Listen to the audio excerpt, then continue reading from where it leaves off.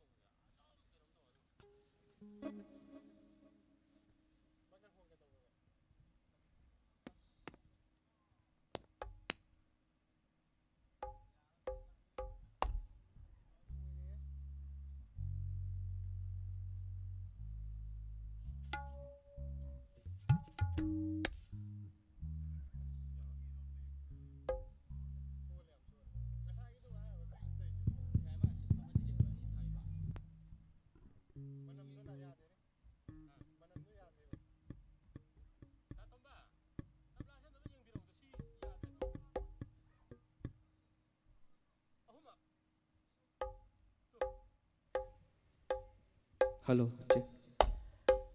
Electronics की कोई के item ngak toy bani na microphone si yagitre amo isay si mo mukok tagi mo repeat tawag jage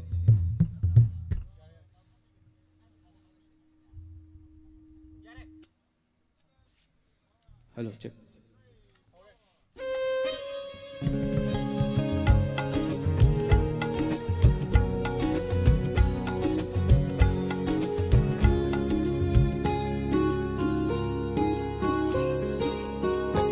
Fuji se tamlabani nangonda nungshi kudol oina Fuji se tamlabani nangonda nungshi kudol oina ay doglunu kanada tamdoglunu warise ay doglunu kanada tamdoglunu warise kana kanhandra chikshina kabiyu tamoy dalona kuzi se tamlabani nangonda nungshi kudol oina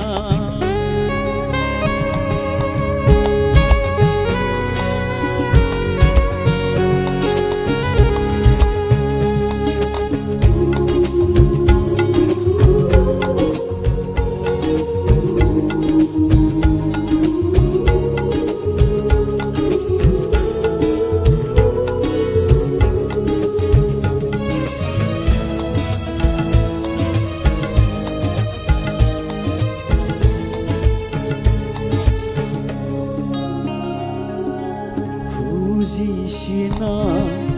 arui banate loi banai draba loi nai draba asa kayaga loi nana tamjaning bakutol kayani kuji shina arui banate loi banai draba loi nai draba asa kayaga loi nana tamjaning bakutol kayani nung ganit huwai shu piba kutol oy na nangunda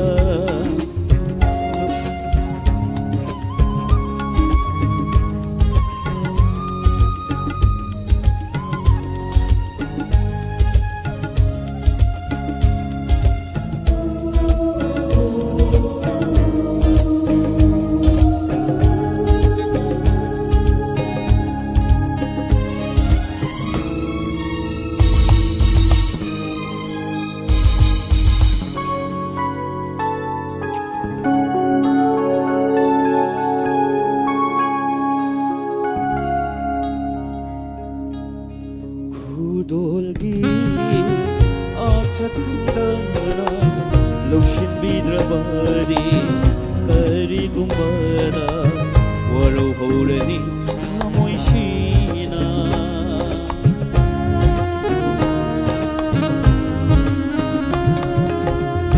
Kudolgi atakandana lotion bidrabari kari gumbara waro holani amoy shina mikup kudin nanggi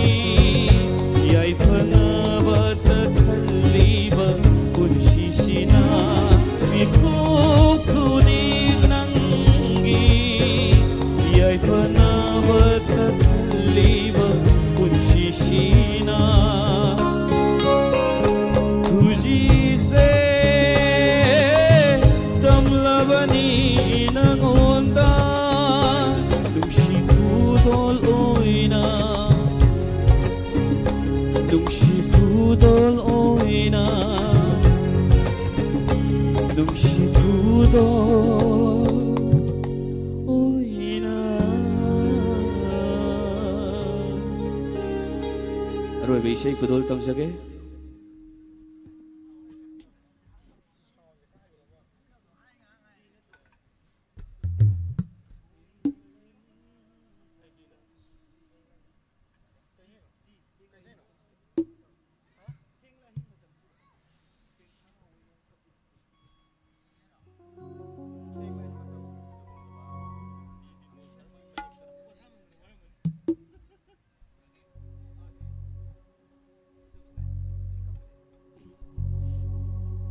hello check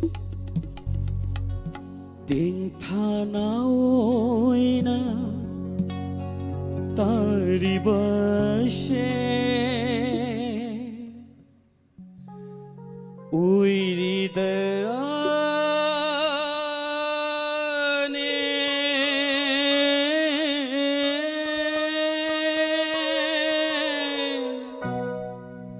aigi mai tei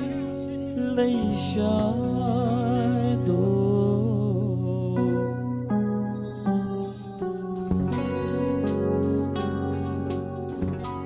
thiên lợi hình mơ tâm sida tam lỡ tâm bạc lâm đâm đơ tiếng tha ôi na tari bashe tiếng tha ôi na tari bashe ôi đi darane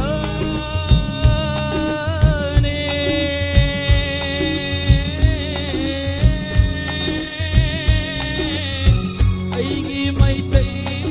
lei shadow thiên lợi hình mơ tâm sida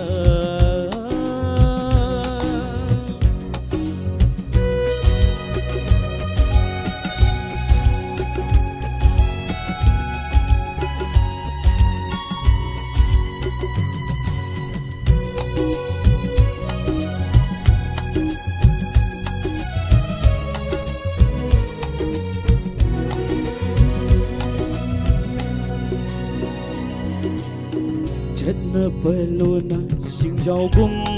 thật lệ vì nộp mấy qua mấy sắc khi dây nè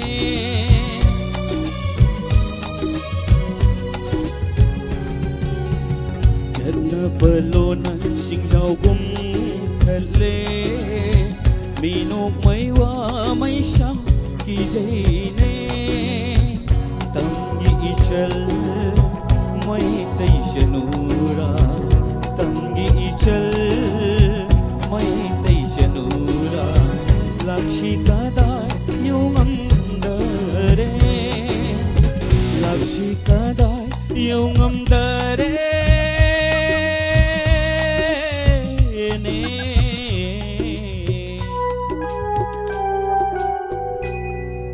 thiên lợi hình mơ tâm sida tam lỡ tâm bạc lâm đâm đơ thiên lợi hình mơ tâm sida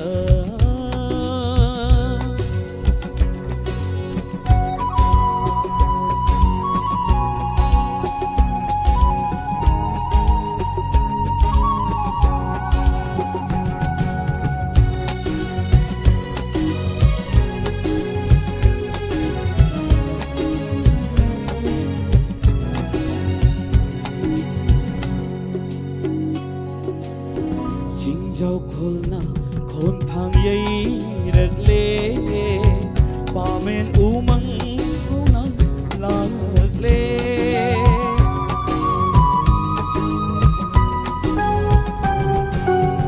xin dâu khôn na khôn thang bu dây rê pa men u măng khâu na la rực lê xin ghi chân mai tây shanura chingi chal mai tây shanura lakshi kada yêu ngâm dare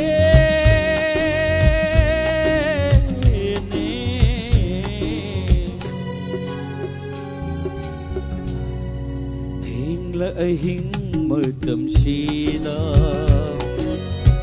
tam lỡ tâm ꯄꯥꯛꯂꯝꯗꯝꯗ ꯊꯦꯡꯂ ꯑꯍꯤꯡ ꯃꯇꯝꯁꯤꯗ ꯇꯥꯝꯂ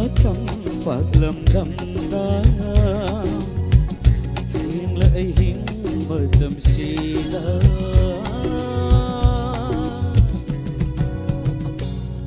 ꯊꯥꯒꯠꯆꯔꯤ ꯃꯊꯪꯒꯤ ꯁꯩꯁꯛꯄꯤ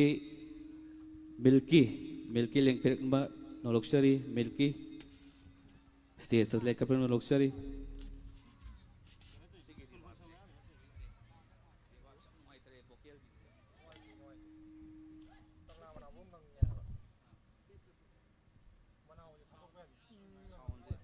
hello check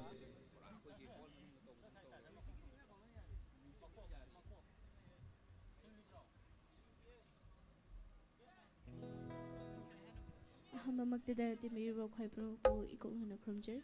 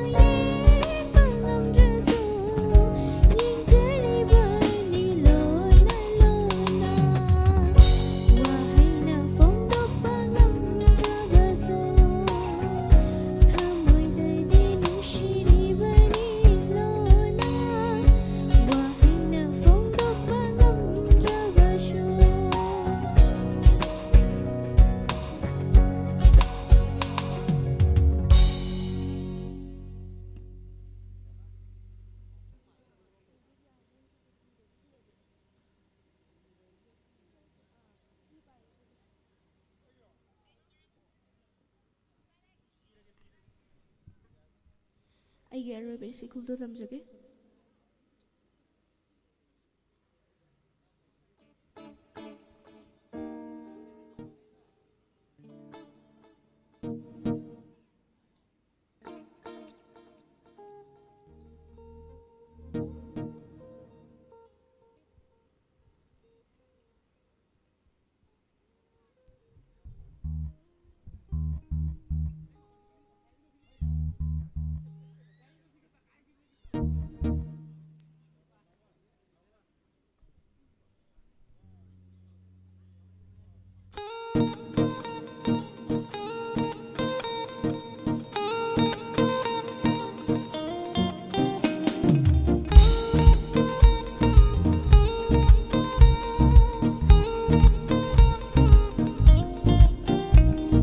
Kanjatay minchana hekta thingnawa maram yamna mopa pakhan namani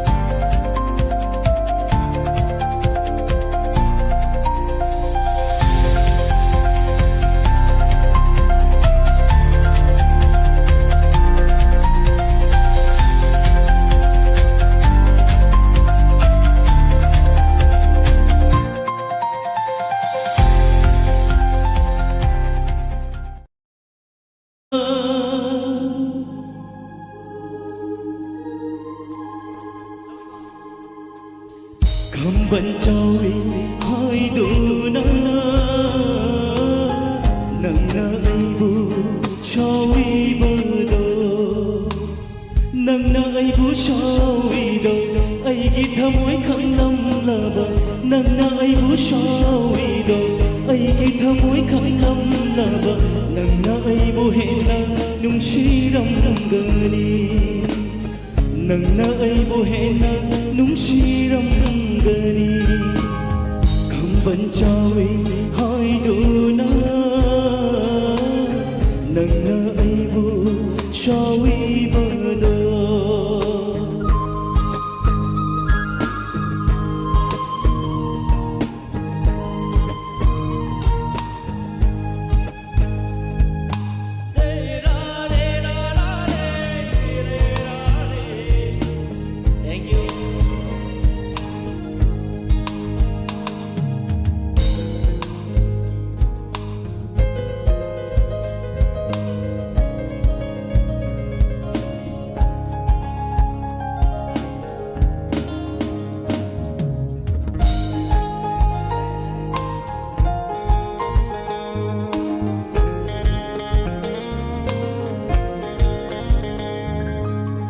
ꯑꯩꯗꯤ ꯅꯪꯕꯨ ꯅꯨꯡꯁꯤ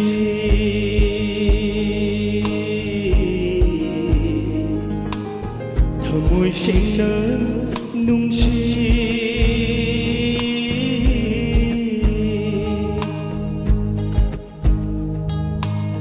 ꯑꯩꯗꯤ ꯅꯪꯕꯨ ꯅꯨꯡꯁꯤ ꯊꯃꯣꯏ ꯁꯦꯡꯅ ꯅꯨꯡꯁꯤ ꯃꯤꯀꯨꯞ ꯈꯨꯗꯤꯡ ꯑꯩꯅ ꯅꯪꯒꯤ ꯋꯥꯖꯩ ꯅꯪꯅ ꯑꯩꯕꯨ ꯁꯥꯎꯕꯤꯗꯣ ꯑꯩꯒꯤ ꯊꯃꯣꯏ ꯈꯪꯂꯝꯂꯕ ꯅꯪꯅ ꯑꯩꯕꯨ ꯁꯥꯎꯕꯤꯗꯣ ꯑꯩꯒꯤ ꯊꯃꯣꯏ ꯈꯪꯂꯝꯂꯕ ꯅꯪꯅ ꯑꯩꯕꯨ ꯍꯦꯟꯅ ꯅꯨꯡꯁꯤꯔꯝꯒꯅꯤ ꯅꯪꯅ ꯑꯩꯕꯨ ꯍꯦꯟꯅ ꯅꯨꯡꯁꯤꯔꯝꯒꯅꯤ ꯈꯝꯕꯟꯖꯥꯎꯔꯤ ꯍꯥꯏꯗꯨꯅ ꯅꯪꯅ ꯑꯩꯕꯨ ꯁꯥꯎꯕꯤꯕꯗꯣ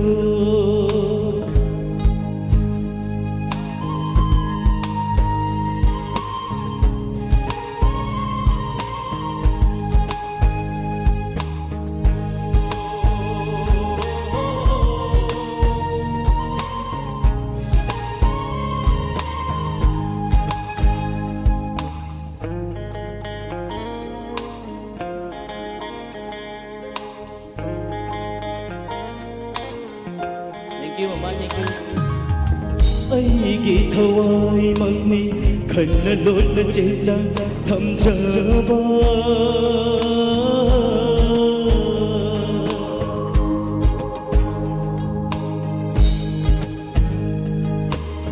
ꯑꯩꯒꯤ ꯊꯋꯥꯏꯃꯛꯅꯤ ꯈꯟꯅ ꯂꯣꯠꯅ ꯆꯦꯠꯅ ꯊꯝꯖꯕ ꯊꯋꯥꯏ ꯑꯣꯏꯕꯤ ꯅꯪꯕꯨ ꯁꯦꯟꯅꯖꯕꯗ ꯁꯣꯏꯈꯤꯒꯗꯔꯅꯦ ꯆꯦꯛꯁꯤꯟꯖꯕꯗ ꯀꯔꯤꯒꯤꯅꯣ ꯅꯪꯅ ꯁꯥꯎꯔꯤꯕ ꯀꯔꯤꯒꯤꯅꯣ ꯅꯪꯅ ꯑꯗꯨꯛ ꯁꯥꯎꯔꯤꯕ ꯈꯝꯕꯟꯖꯥꯎꯔꯤ ꯍꯥꯏꯗꯨꯅ ꯅꯪꯅ ꯑꯩꯕꯨ ꯁꯥꯎꯕꯤꯕꯗꯣ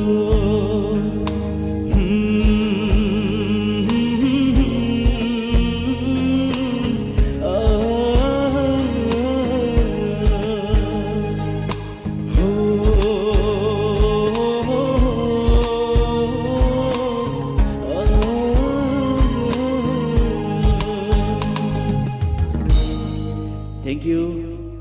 ꯑꯩꯒꯤ ꯑꯔꯣꯏꯕ ꯑꯅꯤꯁꯨꯕ ꯏꯁꯩ ꯈꯨꯗꯣꯜ ꯇꯧꯖꯒꯦ ꯑꯅꯤꯁꯨꯕ ꯏꯁꯩꯁꯨ ꯑꯩꯒꯤ ꯑꯣꯖꯥꯒꯤ ꯈꯨꯗꯣꯜ ꯇꯧꯖꯒꯦ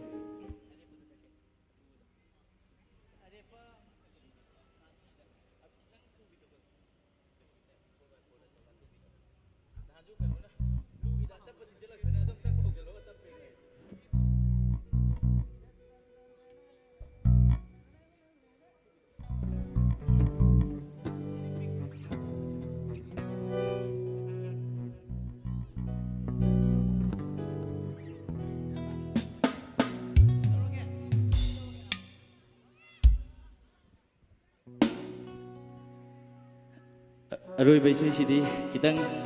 तान नुंगाइबा लांगबा याबा इसाई अमा खदोल तौजगे अरे पा अमा लैरबा नुंशी बंधुम पामलबा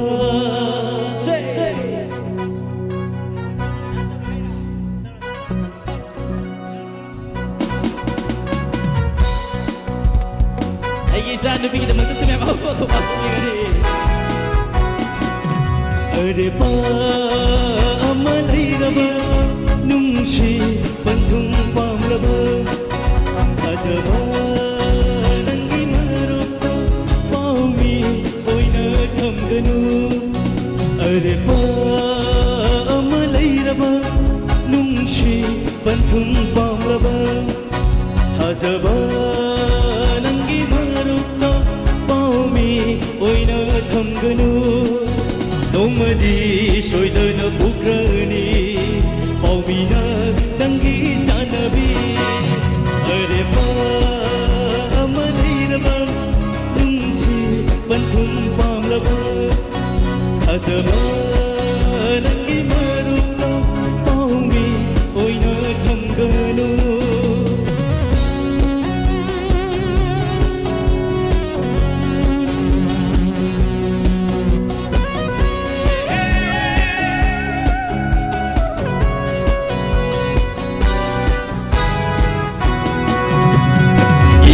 चिठी बिबिरंदे तमजखिबा इपाउ तंबिरंदे इखिबा चिठी बिबिरंदे तमजखिबा इपाउ तंबिरंदे बिनमगी थौरबा ओइदबगी चिरोल नुंदा उबिखि शानबी इफमदगी आना अरे पा अमा लैरबा नुंशी बंधुम पामलबा अजबा नंगी मरुपा पाउमी ओइना थमगनु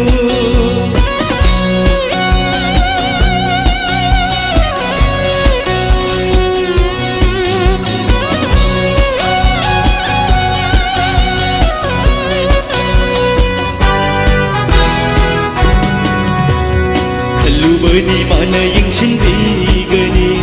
कनागी मिथें चंगदनबा खल्लुबनी माना यिंगशिनबीगनी कनागी मिथें चंगदनबा खल्लुबा वाखलसु अरे मता हल्लमलगा उबिखि शानबी इफमदगी आना अरे पा अमा लैरबा नुंशी बंधुम पामलबा अजबा नंगी मरुपा पाउमी ओइना थमगनु नोमदी सोइदन पुक्रनी पाउमीना नंगी जानबी अरे पा अमा लैरबा नुंशी बंधुम पामलबा नुंशी बंधुम पामलबा नुंशी बंधुम पामलबा थैंक यू मैं मुसु मुना इकोनोर खरमजे थैंक यू तगसरे एगी मुरुप याम नुंगाइरबा फजब फजरब इसे क्याम खदोल तंबिरमे गसिगी नंगोंद हेक्ता ताई हाइना मिंथोन बसुगम बाबा म्यूजिक वीडियो एल्बम असिगे रिलीज तौबा सिगमैलेन तोरम तौबम असे लेंबिरकलिबा ख्वाइ खुदिमकपु पनमकपु रावबते याम फोटोक्सरी मखा तारकपा इसे शक्ति मखक लखतजगे सेमरॉक स्कूल सिंगजमई गे मैम अमसु ओइबिरिबा मिंगोन पंजरबता ma'am Lakshmi please come on इस मैम असिदगी नुंगाइरबा इसे अमा मुखदोल तंबिननबा नोलक्सरी अदुगा अखोइगे तिनबिरिबा ख्वाइ खुदिमक अखोइगे मफम असिदा ngasiगी इनवाइट फंगदोन लेंबिरकलिबा अमदे मफम असिदा तिनबिरिबा ख्वाइ खुदिमकना सेसी कोई हौजले प्रोग्राम से फंक्शन से हौजरे अदुगा कोई लेबिरिबा मरुप सिंग अमदे ख्वाइ खुदिमक पुसु मफम से सिंगजमरकनबा नोलक्सरी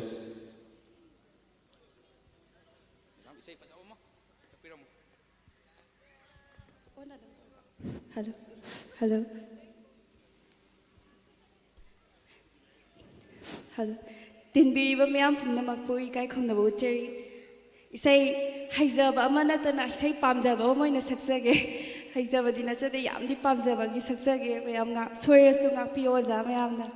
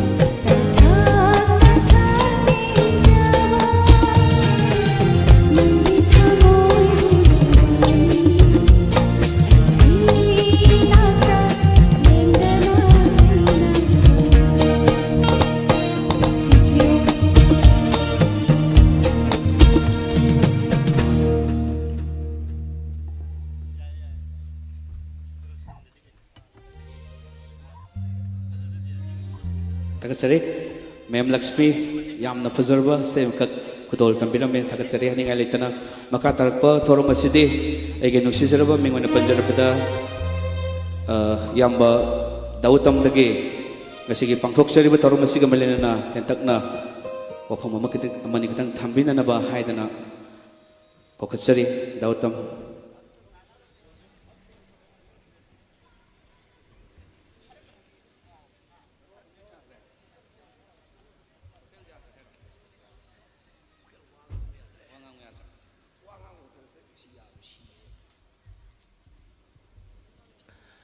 ꯑꯍꯥꯟꯕꯗ ꯂꯩꯁꯟꯕꯤꯔꯤꯕ ꯑꯩꯈꯣꯏ ꯈꯨꯗꯤꯡꯃꯛꯄꯨ ꯀꯣꯛꯅꯅ ꯈꯨꯔꯨꯝꯖꯔꯤ ꯑꯗꯣ ꯉꯁꯤꯗꯤ ꯌꯥꯝ ꯂꯥꯏꯕꯛ ꯊꯤꯕꯅ ꯑꯩꯒꯤ ꯑꯣꯏꯅ ꯏꯁꯩ ꯁꯛꯄ ꯉꯝꯗ꯭ꯔꯦ ꯍꯥꯏꯇꯥꯔꯦ ꯉꯁꯤꯁꯦ ꯑꯩ ꯈꯅꯥꯎꯁꯦ ꯄꯨꯔꯥ ꯂꯣꯛ ꯈꯨꯕꯗ ꯄꯨꯔꯥ ꯆꯠꯈ꯭ꯔꯕ ꯍꯥꯏꯇꯥꯔꯦ ꯑꯗꯨꯃꯛꯄꯨ ꯑꯩ ꯑꯣꯖꯥ ꯁ꯭ꯋꯥꯃꯤꯒꯤ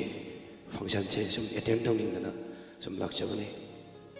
ꯑꯗꯨꯅ ꯉꯁꯤ ꯏꯁꯩ ꯁꯛꯍꯧꯗ꯭ꯔꯒꯁꯨ ꯇꯤꯟꯕꯤꯔꯤꯕ ꯑꯩꯈꯣꯏ ꯈꯨꯗꯤꯡꯃꯛꯅ ꯉꯥꯛꯄꯤꯒꯅꯤ ꯑꯗꯣ ꯇꯁꯦꯡꯕꯒꯤꯗꯤ सिगुम्बा कोई टाइमिंग हाइतारे सिगुम्बा एल्बमगा पुथोकपीदना तौरीसिसु यामना पुनिंग थवनागाइगने हाइतारे चही यामबने ओजा स्वामीसे अखोइदि चही याम हल्ले हाइतारे अदुमकु होन्नबगी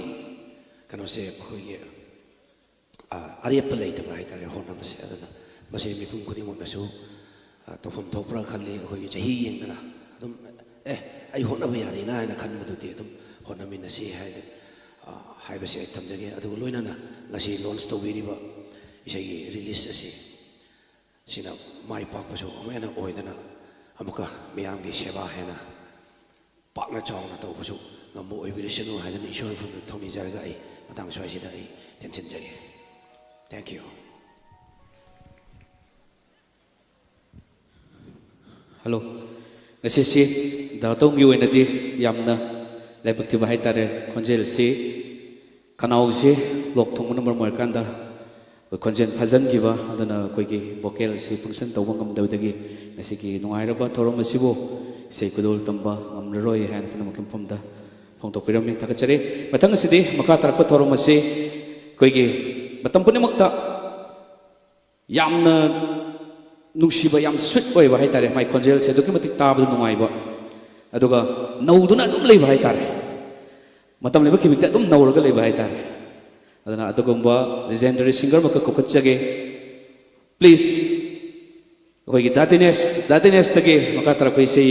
kratang kudul tamina naba dadines pu stage takta nolong na kokachare tinbir ba koi kudimak dadines kitamak ta hubu kuba amtang nizari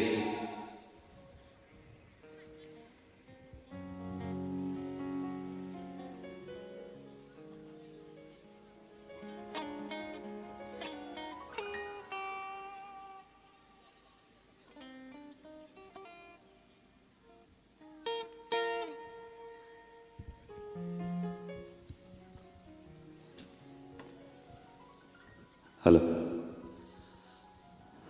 Mayambo an bamukta taram nokchari masigi am nungairaba namidang wairam akhoi nasu yam nikai khumnajariba namdam sigi sangnairaba artist actor loinana akhoi digidi senior ne adubo kona nungsinabagi matungina akhoi marupoina dum loinejai adubo yamna akhoi na ବ୍ୟବହାର tawjaba artist ne akhoi yamna freedom na phamoiba adum laba artist ne mingoi na panjarabda Sri Wanam Swami Kumar mahaki ngasigi sigum laba yamna chinglem laba magiano audio isai amakaki music video gi ngasi releasing function asida lengbirage bakurimakko polap subsin jare harga han mamukta da Dinesh Sharma na taram noksari amari kai khumna bochari isai amari dam program si haunabagi arrangement si ngakhtang matam lawjaboina isai amani dang mayam sum ngaktamina si isai amani dang khudol lamjage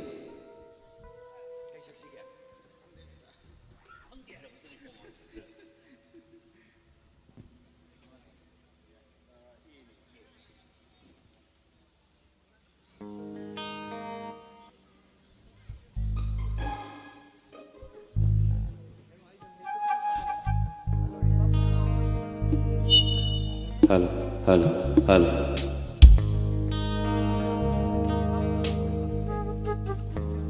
Hello, hello.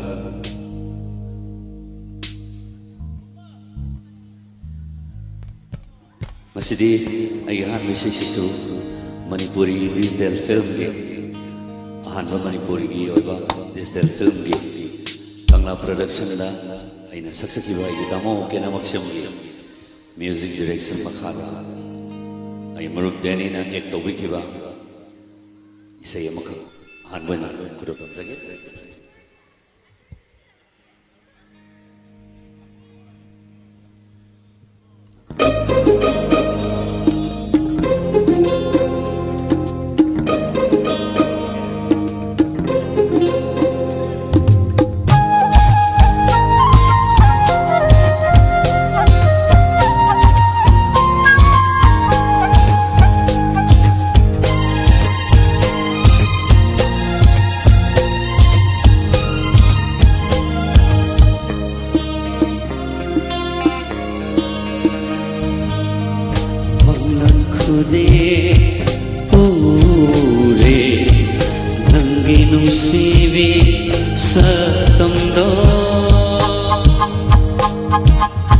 Manglan khude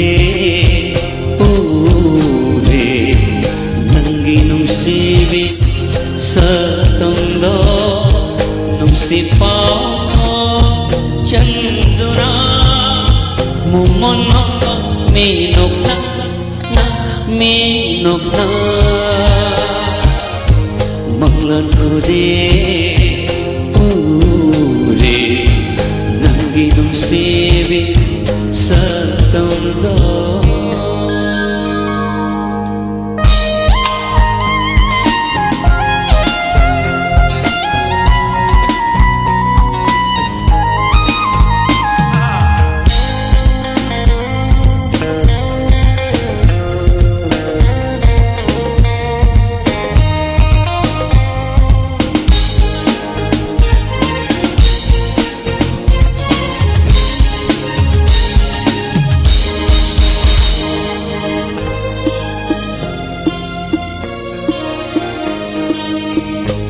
Moina nang budi nung sijay wakal nang budi khanjeri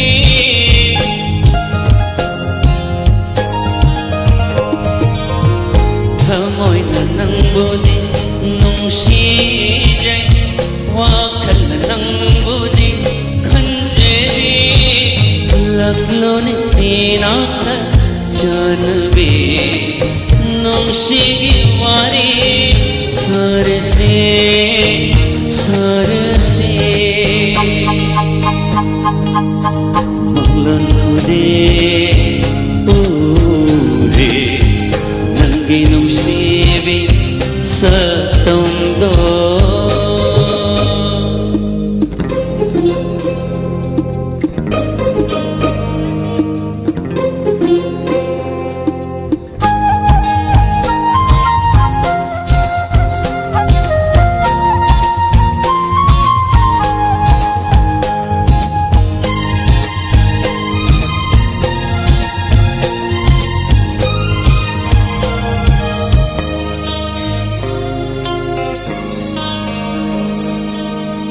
Lam labi oi ringai nang na tai bang gi pa asida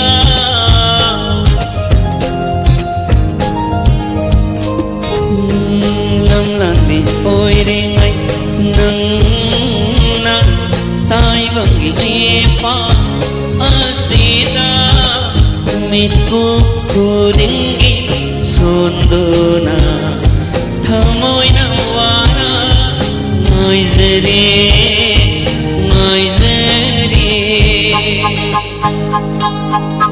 Manglan khude ure nangi nungsibi satangdo Manglan khude ure nangi nungsibi satangdo nungsipa ko chandura mumono pa minokna na minokna ꯎꯔꯛꯎꯗꯦ ꯎꯔꯦ ꯅꯪꯒꯤ ꯅꯨꯡꯁꯤꯕꯤ ꯁꯛꯇꯝꯗꯣ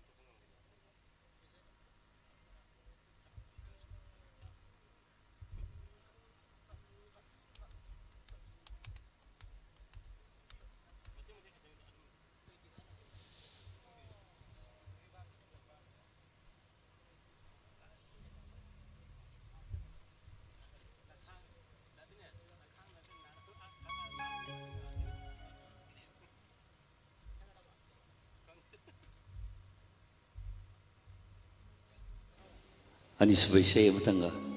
ꯏꯁꯩꯁꯤꯅ ꯃꯔꯨꯑꯣꯏꯅ ꯉꯁꯤꯒꯤ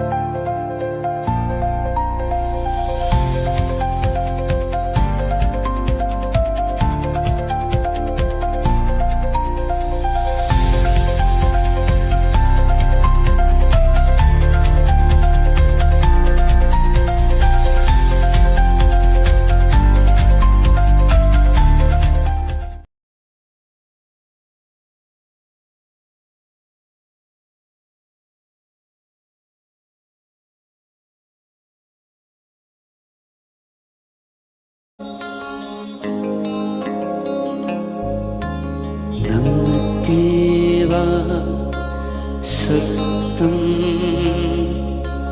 ꯐꯩꯔꯦꯜ ꯊꯥꯒꯤ ꯂꯨꯍꯣꯡꯕ ꯆꯠꯂꯝꯗꯥꯏ ꯃꯇꯝꯗꯣ ꯃꯦꯔꯥ ꯊꯥꯒꯤ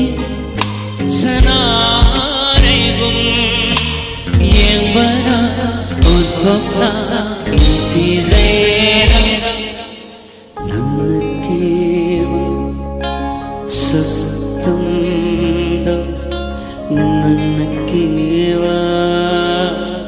ಸತ್ತಂದೋ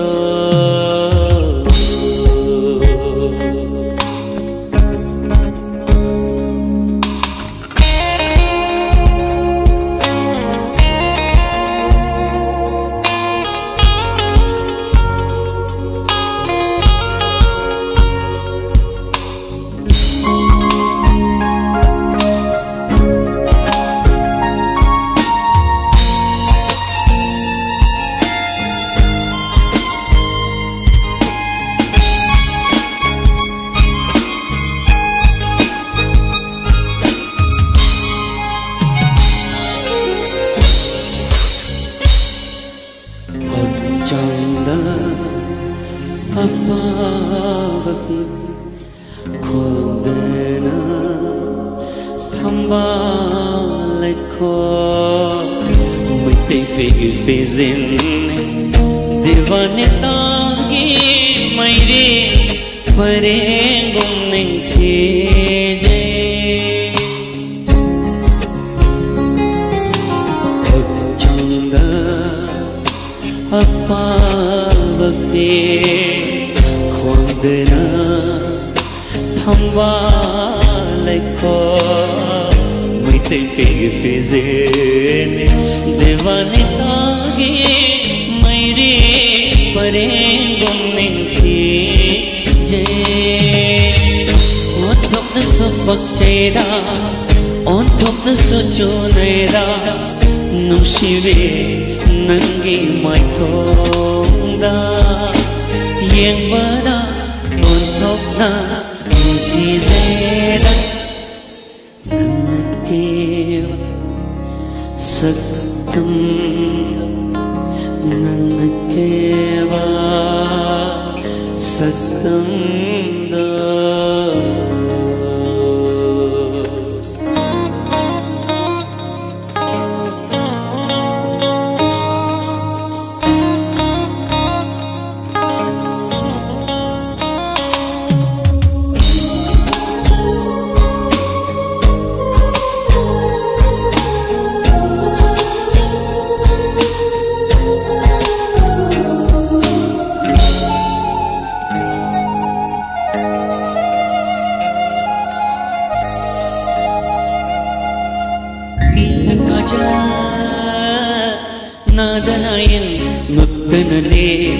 Tangang vichin bale na tondan chandan kuk thakte ning thirave shambal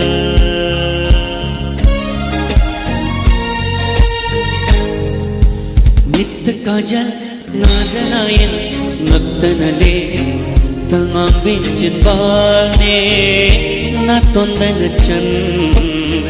kuk thakte ning thirave shambal Sambona kita kelai na chondona ninthi jare amukka hera ninthi jare amukka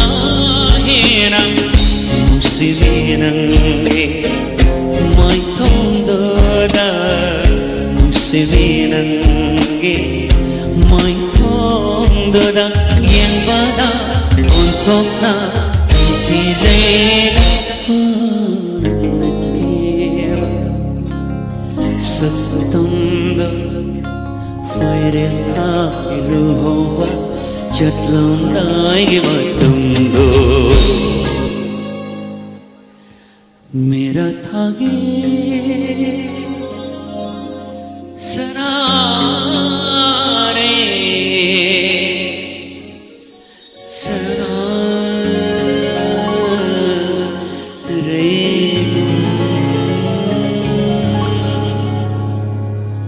Thank you.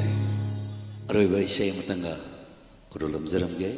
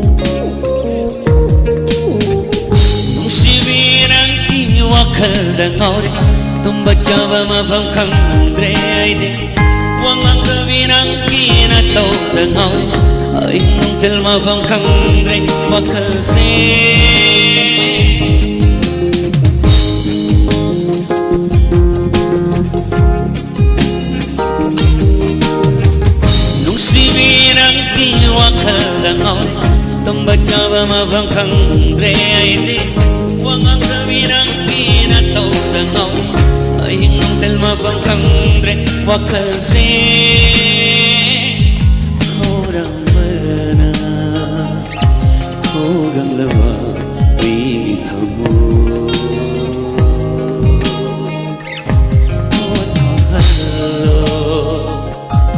nangi nungsi irolunda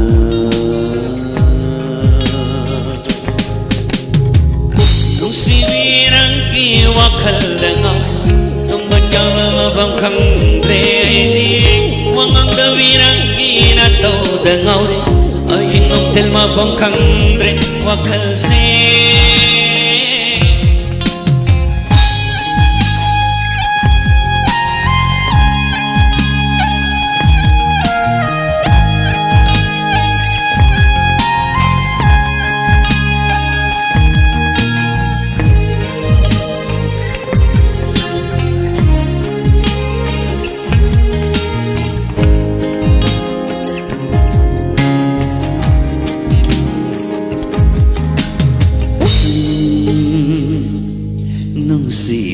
ipong da taure nang tawa Krishna kalisore nung sibi nang buwan dilat laklone nung sibi ay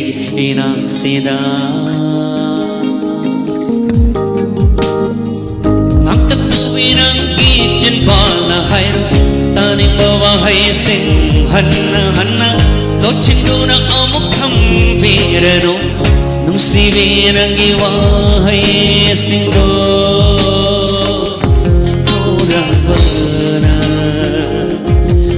khoganglawa aigi thamoi pothallo nangi nungsi irolunda khorambana khoganglawa aigi thamoi pothallo nangi nungsi irolunda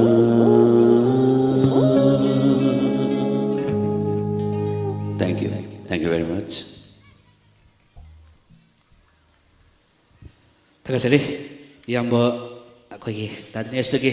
nungai nungai na fazaraba ise kiyam kudol tambir bagta iyamba bohni ngai tana tagasari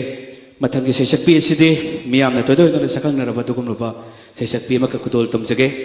mingona panjarabada ise RK Nandeshwari bo ise makha taba kudol tambin na ba ise bo stage takta nolona ko kachari duga lingvir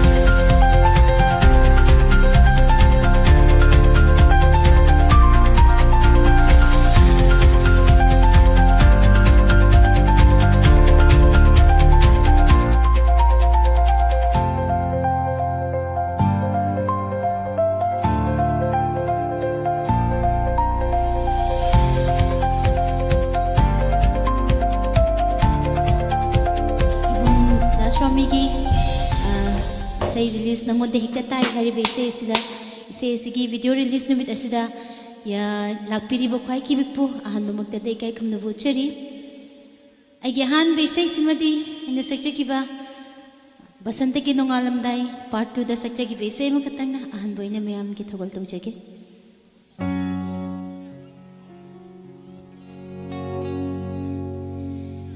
khalli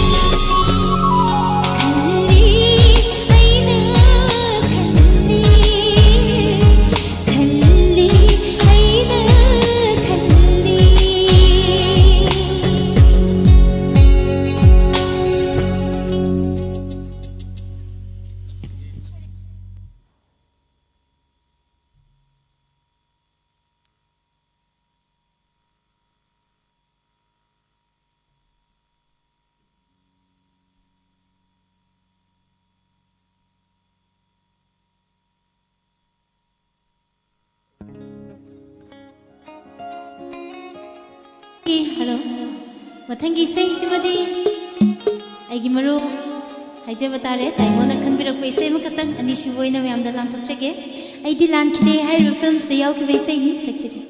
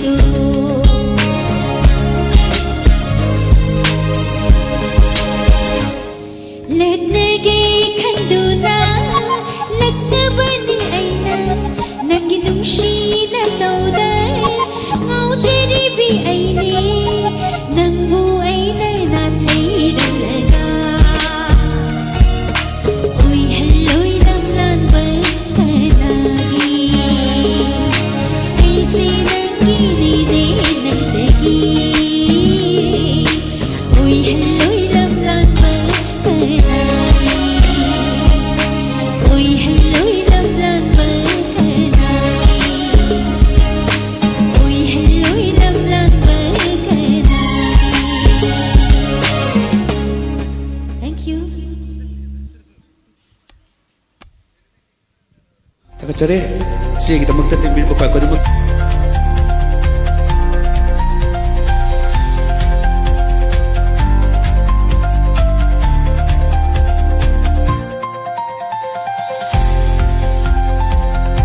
ꯑꯣꯏꯔꯤꯕ ꯑꯁꯤꯗ ꯅꯠꯇꯅ talent ꯀꯌꯥꯗꯅ ꯌꯣꯝꯂꯨꯕ ꯑꯗꯨꯒꯨꯝꯂꯕ ꯌꯥꯝꯅ ꯈꯨꯗꯣꯜ ꯇꯝꯖꯒꯦ. ꯂꯩꯈꯤꯕꯔꯛꯁꯤ mister ꯕꯣꯅꯤ ꯗ ꯕꯣꯅꯤ ꯏꯁ ꯀꯝ ꯑꯣꯟ. ꯗ ꯕꯣꯅꯤꯗꯒꯤ ꯑꯃꯨꯛ ꯃꯈꯥ ꯇꯥꯔꯛꯄ ꯏꯁꯩ ꯅꯨꯡꯉꯥꯏꯔꯕ kaya ama khudol tambina na banoloksyari.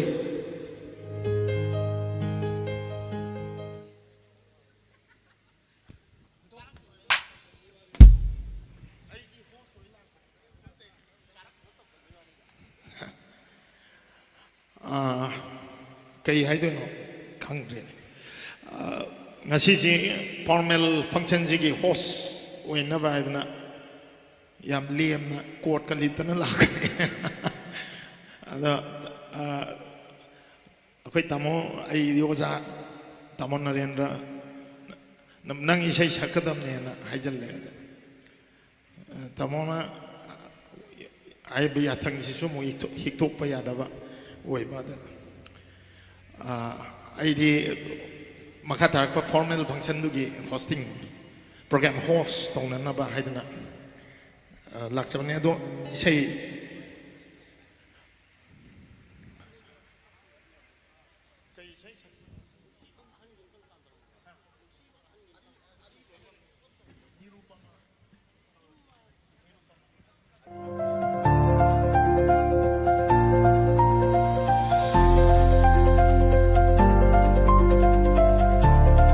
sei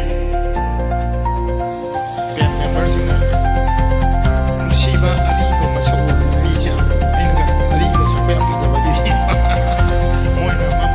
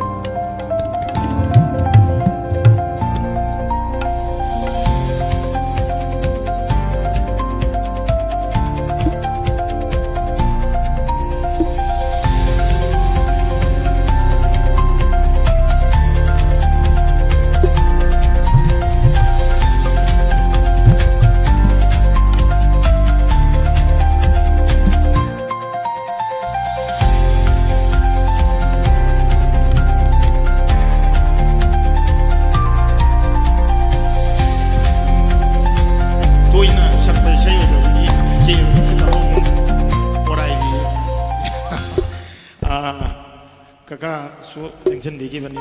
layo ikraba khundrak panjoy kumar kaka kunjoy kumar na sakpiramba isai nirupama hairiba radio play the title dunia do mati am tang kaka tama koire sakta bani do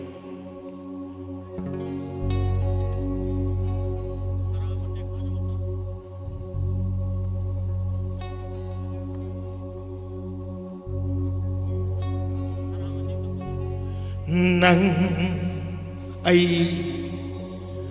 mahak makhoi mari leina de kana shu aiga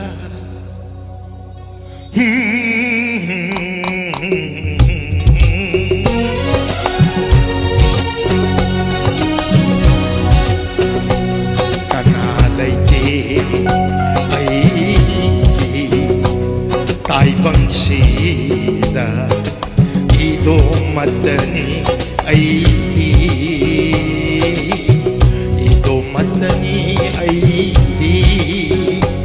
samsar sida idong lakbani tay banda idong mankini tay bangwang mana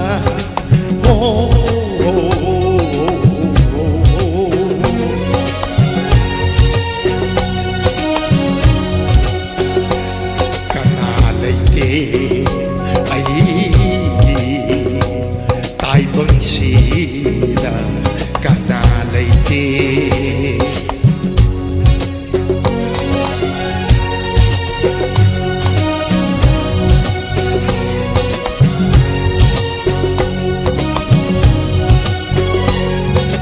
nang ay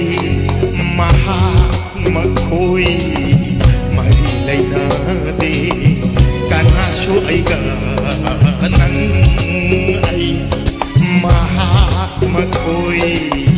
marilay na di kanaso ay ka ay se ako'y hiyeng na bani pong na makiyeng na bani ay se ako'y hiyeng na bani pong na makiyeng na bani ay se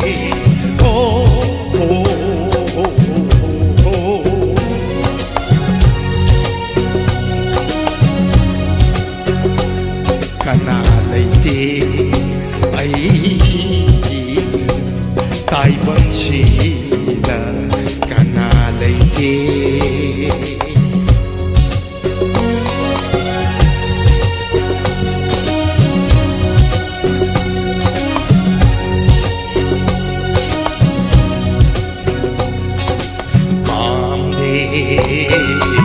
pamde ay buhingan ba mako'y na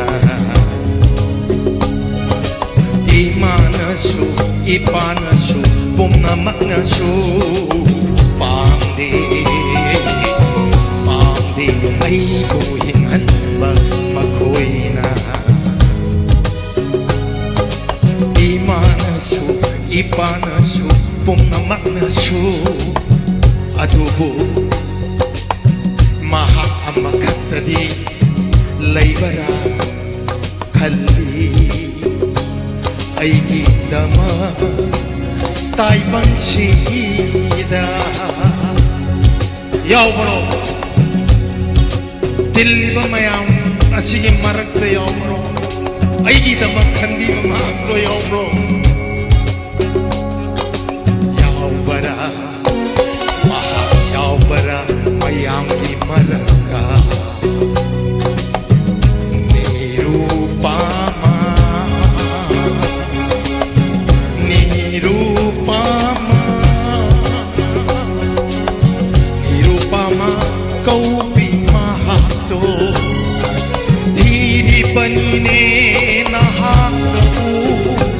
aina kongkol diri bani nahatagi diri bani ne nirupama nangu kongkol diri bani nahatagi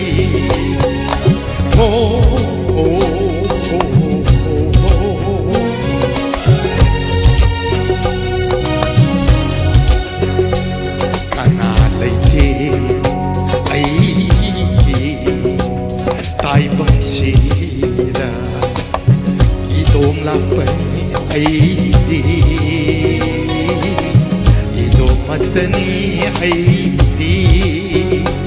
sangsar sida itong lakbani tay banda itong hankini tay pangwang mada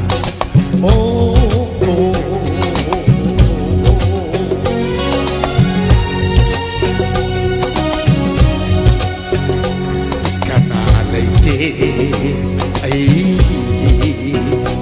tay bang sila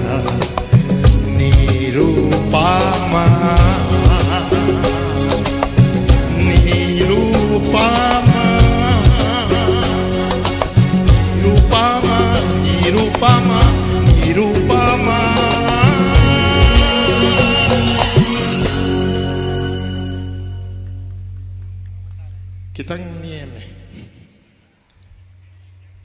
ꯑꯩꯅ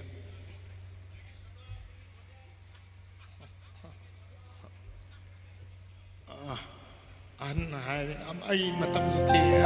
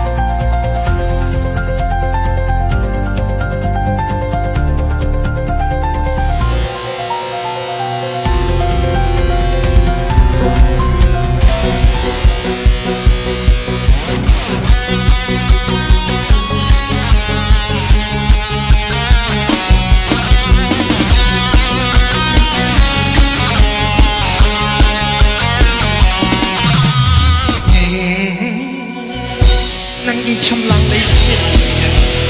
hey hey hey hey chambre managi sing hi manam ka oh ay hi like darling hey hey hey hey nangi chamlang lay hey hey hey hey chambre managi sing hi manam ka sing hi manam ka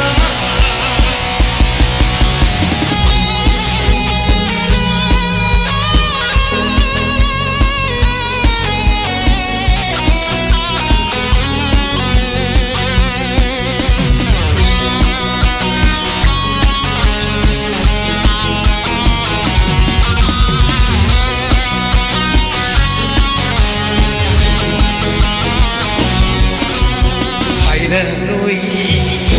không nên nó thật dễ dàng thành giờ đi ta nặng giờ nó phạm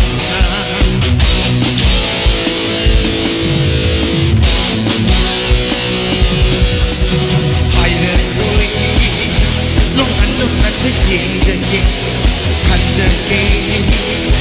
ta nặng giờ nó phạm mà tâm sẽ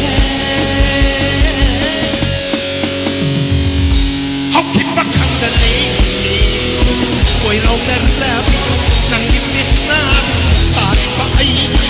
nang nabasagam Quay lâu nâng ra nang itis na tarik pa ay nang nabasagam Lúc na yan chino nungda Nang di cham lang ay sila Hey hey hey Sobre managi Chigi manam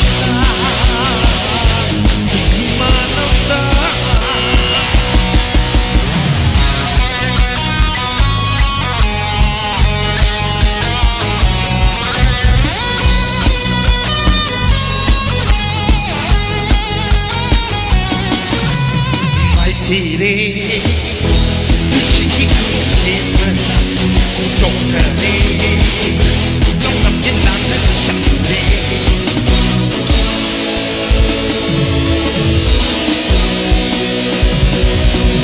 Mai Tire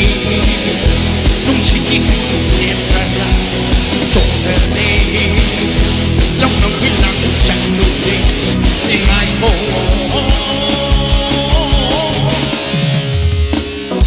Wahai si magkatao Kali kong ba Minsing laklam Nung si pamasya Panging laklam Kapumana Minsing laklam Nung si pamasya Panging laklam Kandon si mahayo Sini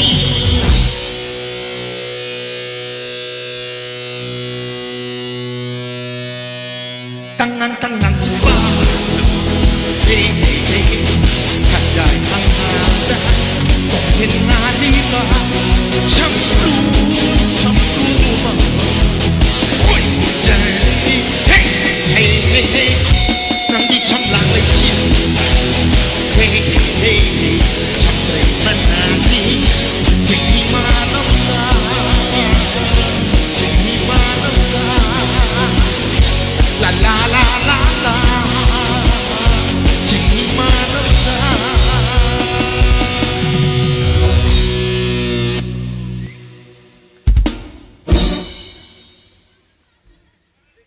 มาทั้งยี่ยมสวามีกุมารนะไอ้บ่มาทั้งยี่นั่งเรานะที่ผัดด้วยนี่ตุ้มเราทุกชั้นละหมดอ่ะโอเคแกคมน่าจะรีบบอกจ้ะสิ่งยามนักขันนะอินบายทุกจะเป็นนี่จิลลับทวายไก่ทอฟิดนะยามนั้นลิกนะให้จะเป็นอะไรพังบ้ามาทำนี่แรงบินของพี่ตำรวจสุงามเคยเลยแต่ทางสรีไก่คมน่าจะรีบบอกจ้ะบิร์กุมาพัชรบอกจ้ะกี่มามาเลี้ยงครับไปใช้ยามันนี่ดังขุดอลตั้มบินนะพี่ตำรวจเขาเช่นจ้ะกี่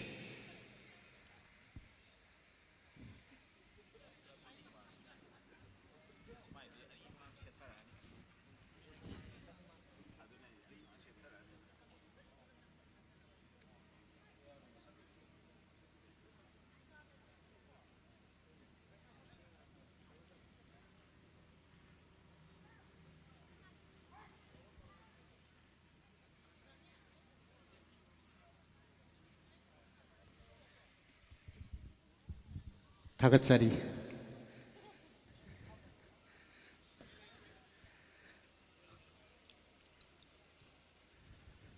ngasi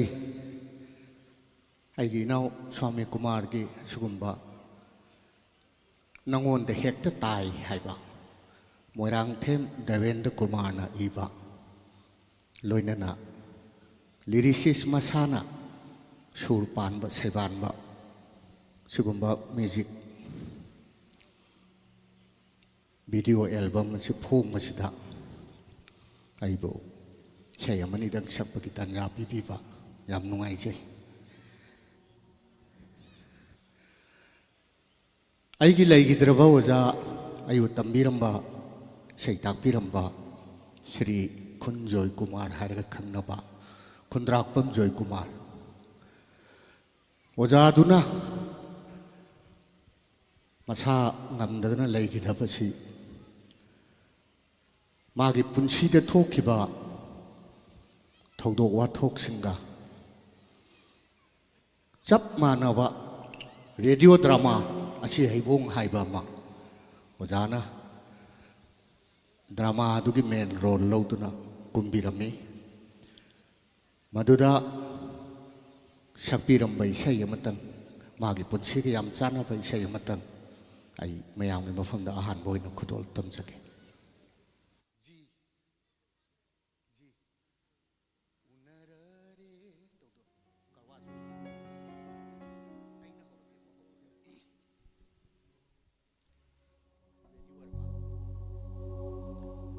Unarare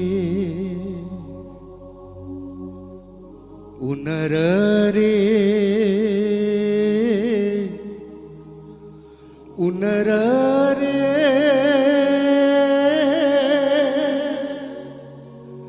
Mapam sida Unarare Unarare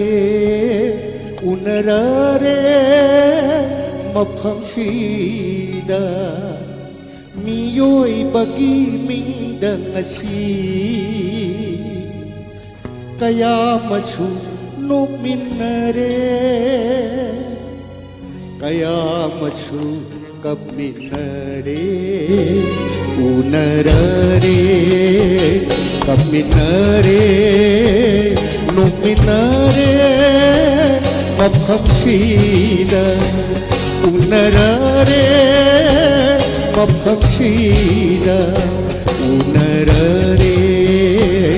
unarare unarare ꯑꯁꯤꯗ ꯃꯤꯑꯣꯏꯕꯒꯤ ꯃꯤꯡꯗꯝ ꯑꯁꯤ ꯀꯌꯥ ꯑꯃꯁꯨ ꯅꯣꯛꯃꯤꯟꯅꯔꯦ kaya masu kaminare nominare kaminare unarare maphamsida unarare maphamsida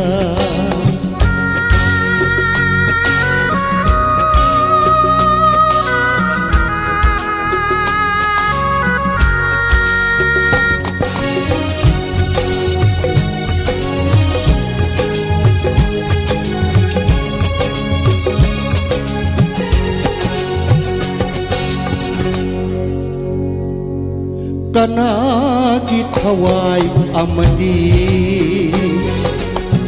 macha khaplakle tatana ashi laibakta jannaba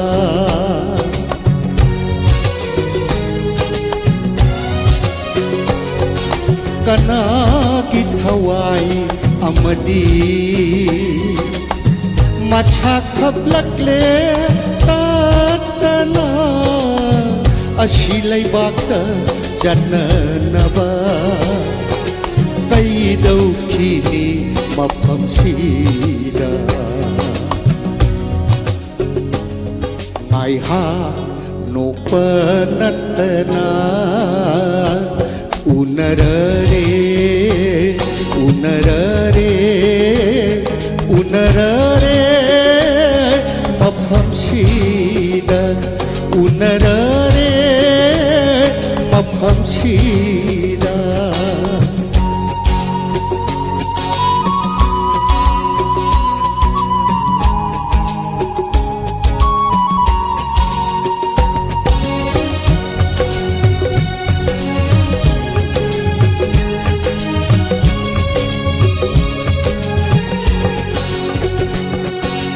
loirasi hauri jinghabi nungsira thawai nanga loirasi hauri jinghabi janaba thawai nanga ho ho ho tatre hori bando ho ho ho tatre hori bando ninkhai khare hide tapam kaidau khini mapam sida ngai ha no panatana unarare unarare unarare mapam sida miyoi mingdam asi kaya masu nominare kaya masu kaminare nominare kaminare unarare maphamsida unarare maphamsida unarare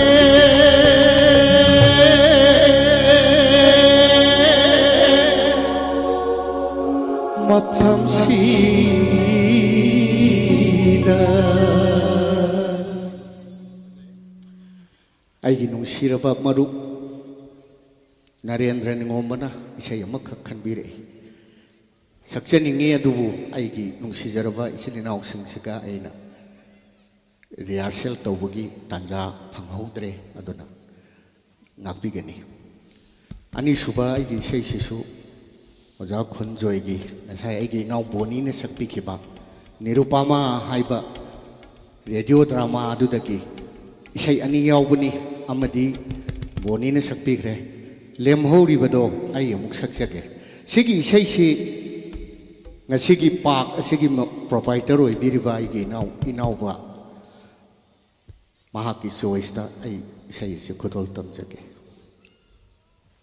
ꯁ꯭ꯀꯦꯜꯗꯨ G minor G ꯔ ꯑꯝꯇ ꯌꯦꯡꯒꯦ ꯀꯗꯥꯏꯗꯅꯣ ꯇꯧꯕꯗꯨꯅꯤꯀꯣ ꯁꯤꯅꯤ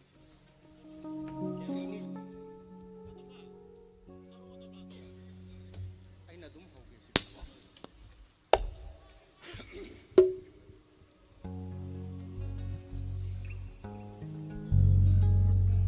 ꯌꯥꯔꯦ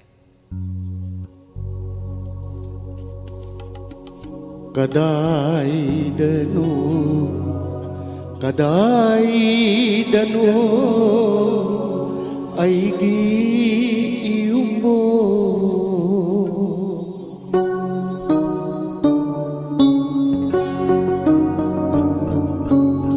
Kadaidanu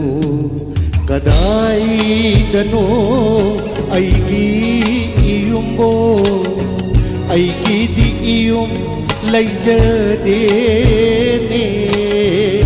Karigino Hauriba Aibu Toina Yumda Chatlashi Haina Yumda Chachi Haina Kadaidanu Kadaidanu Aigi iyumbo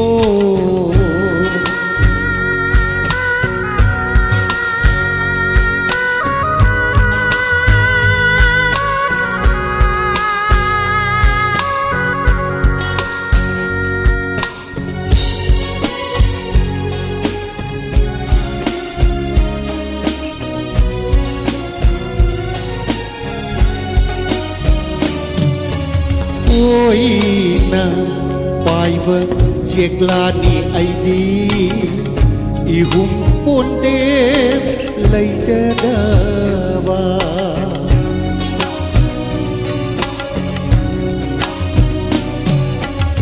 Oina Paiva Jeglani Aidi Ihum Ponde Laijadava Jekla Gimarakta Supokilni Pamil Phairadata Yarepa Jekla Gimarakta Supokilni Pamil Phairadata Yarepa Aigi di iyum Laijadene Karigino Hauriba Aibu Toina Yumna Chatlashi Haina Yumna Chachi Haina Kadaidanu Kadaidanu Aigi iyumbo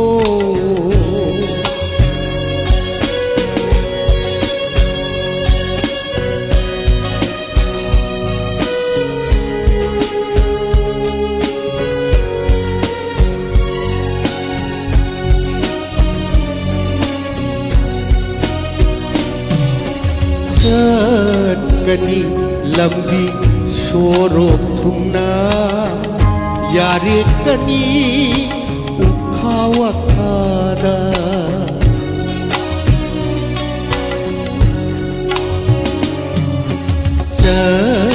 gani lambi sorok thumna yare gani ukhawa khada Aphang aphang badu tajagani Shakani ishai punshigi Aphang aphang badu tajagani Shakani ishai punshigi Aigi di iyum laijadene Karigino Hauriba Aibu Toina Yumna Chatlashi Haina Yumna Chachi Haina Kadaidanu ꯀꯗꯥꯏꯗꯅꯣ ꯑꯩꯒꯤ ꯏꯌꯨꯝꯕꯣ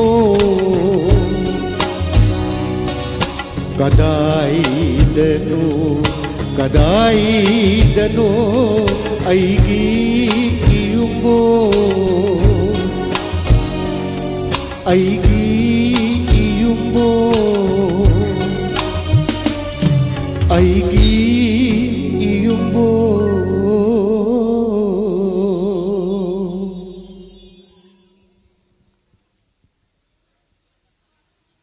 Thank you.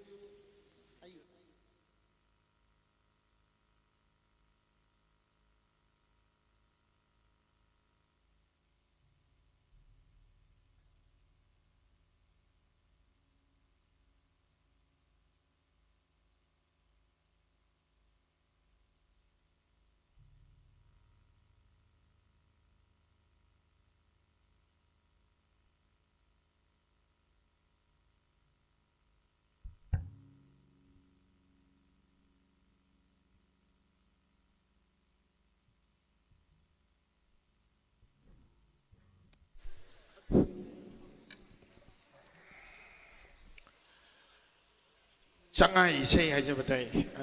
khoi ngasai gi pangthoklibasi formal ngasigi maroiba thauram asigi ngahak awa pathaba ngaiminabagi tanjaduni adubo khudol tambigi riba nangonde hekta tai hai mai sei si khudol tambiri ba sei sakpa Hojiki chak haijabatare ticket ahum se Manipuri matami seigi khongchat sida yamna mapung pha ba khudol seigi aduna khudol tambi ba Manipuri matami seigi pukai da mamal yam khrabai sei kaya lepa leitana khudol tamduna lakhiba sanglaba sahi kuntra mangagi khongchat sida aduna maki thauram nina Amata chithadana loinamak lengbirakpa hojiksu lambida leiri matam sigi yak lauba miyamna pamnaba saisakpi sing thoramasi saru yananabagi damakta lengbirakpa ado isegi paring je som chatha leiragadi akhoi formal function si horen abok thengda khrani hadna isegi tangkaksima muk tension jaraga Nangon de hekta tai hariba music video si release to bagi formal loiba thoram singa do marathatna pangtok sanna bagi tanja do mikup asidagi logjare langgre iba khoi pumna mak pa amukana sinjalang jari ba management committee organizing committee gi makai dagi ngam khali tana thagat sari taram nok sari mukana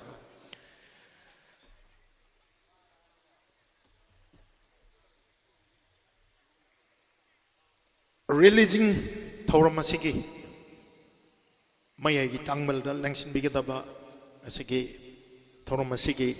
dais lengsin bigadawriba kai khumna jariba sing ngalingai matam dagi mapam sid lengsin duna lebire ngomkhai leitana thagasari ahan mada asigi chief guest guest of honor President Chief Guest amadi Guest of Honor Pampam Langda Lengsin Biraba Tungda Makataba Thoram Paringasi Sathazana Magi Tanzado Loksake Anmada Ikai Kumna Zariba Ngasigi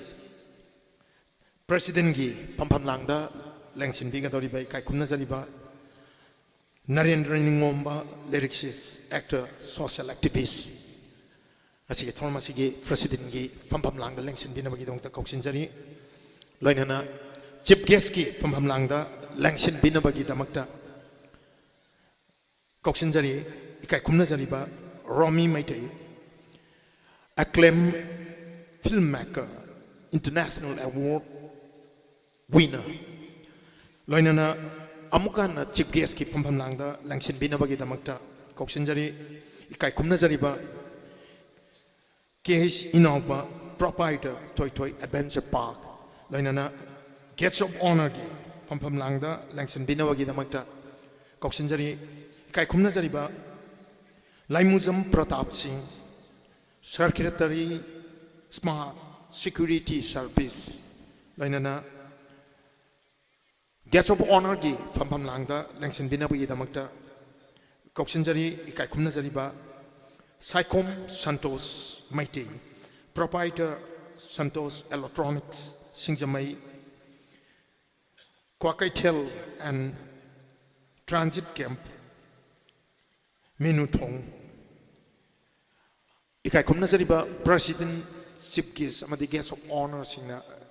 ꯉꯁꯤꯒꯤ ꯗꯥꯏꯁꯇ ꯂꯦꯡꯁꯤꯟꯕꯤꯅꯕꯒꯤꯗꯃꯛꯇ ꯑꯃꯨꯛ ꯍꯟꯅ ꯅꯧꯂꯨꯛꯅ ꯅꯤꯡꯁꯤꯡꯖꯔꯤ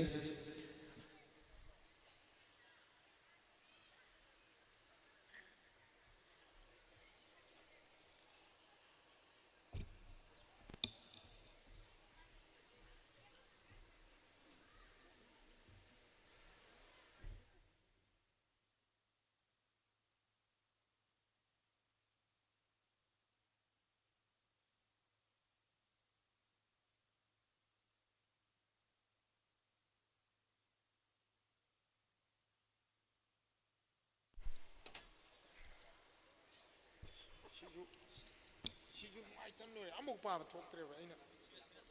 시주 ꯌꯥꯅꯤ ꯀꯩꯅꯣ ꯇꯧꯔꯁꯤ 오케이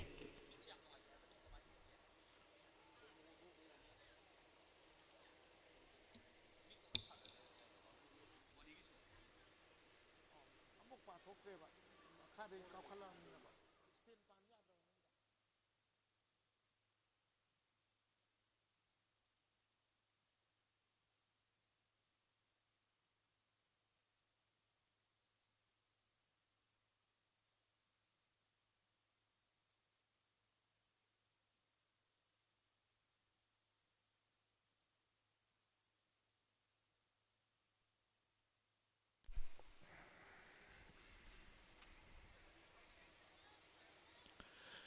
이카이 ꯈꯨꯝꯅꯖꯔꯤꯕ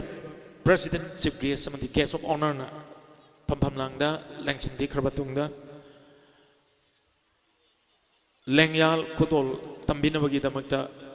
ꯑꯩꯈꯣꯏꯒꯤ ꯚꯂꯟꯇꯤꯌꯔꯁꯤꯡ ꯂꯦꯡꯈꯠꯄꯤꯔꯛꯅꯕ ꯅꯣꯜꯂꯨꯛꯆꯔꯤ 이카이 ꯈꯨꯝꯅꯖꯔꯤꯕ ꯉꯁꯤꯒꯤ ꯆꯤꯐ ꯒꯦꯁ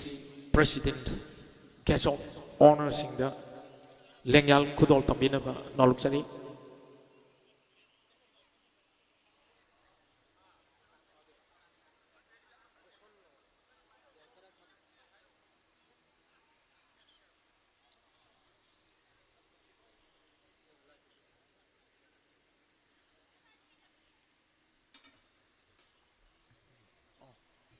ꯑꯗꯨꯅꯤ ꯈꯤꯇꯪ ꯋꯥꯡꯈꯠ ꯋꯥꯡꯈꯠꯂꯤꯉꯩ ꯐꯩ ꯂꯥꯏ 오케이 ꯌꯥꯔꯦ ꯑꯗꯨ ꯌꯥꯔꯦ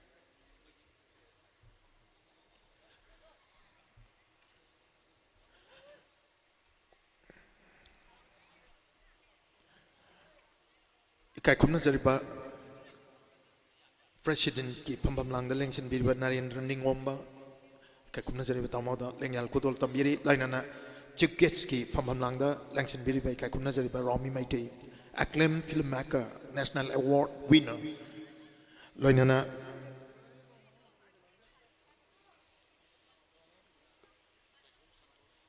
ikai khumna jariba saikom santosta lengyal khodol tambiri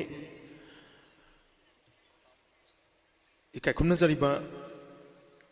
guest of honor gi phampam langda lengsin biriba laimiyum pratap singh da laimuzam pratap singh da lengyal khodol tambiri lainani ikai khumna jariba case inaupa ngasi chief guest ki phampam langda lengsin biriba da lengyal khodol tambiri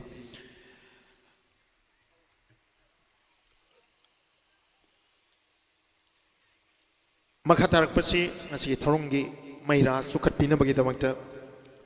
chief guest president amadi guest of honor lengkhat piraga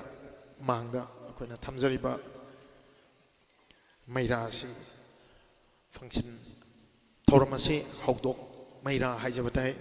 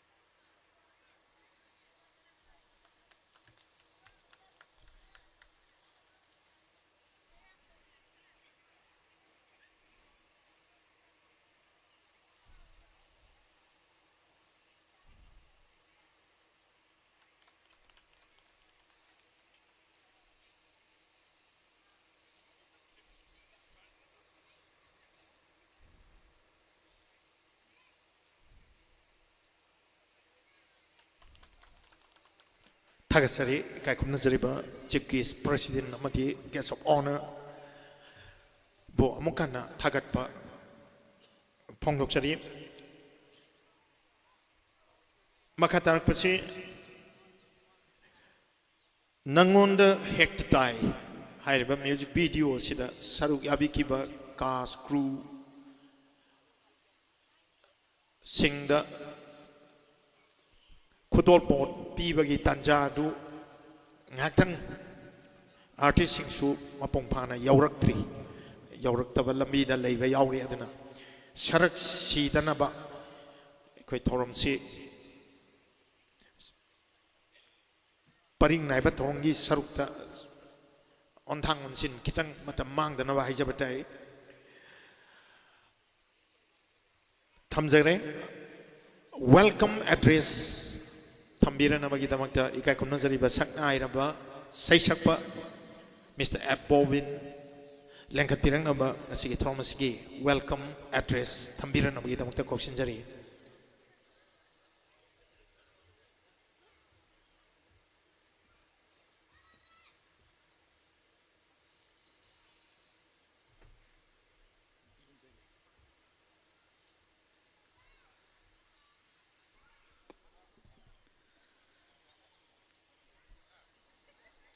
अहन मक्तदा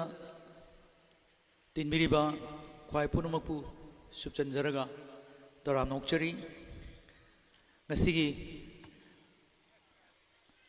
अगी याम्ब स्वामी कुमार की अनौब सही लापसिदा अनौब खुदो लोइना मयामदा थंबिरिबा नंगोन हेक्ता ताई हेना मिंगथोनबा music video album असिगी ngasiगी थोरमसिदा लेंसिनबिरिबा अगी काय खुमनजरिबा अगी याम्बा Narendra निंगोंबा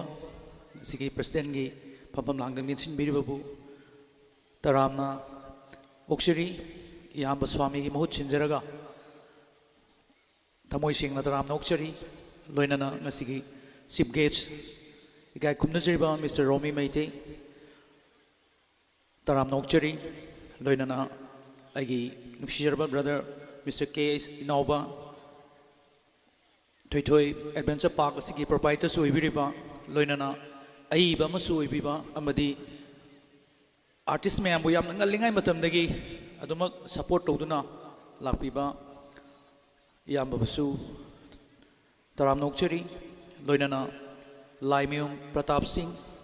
secretary smart security service pusu taram nokchari loinana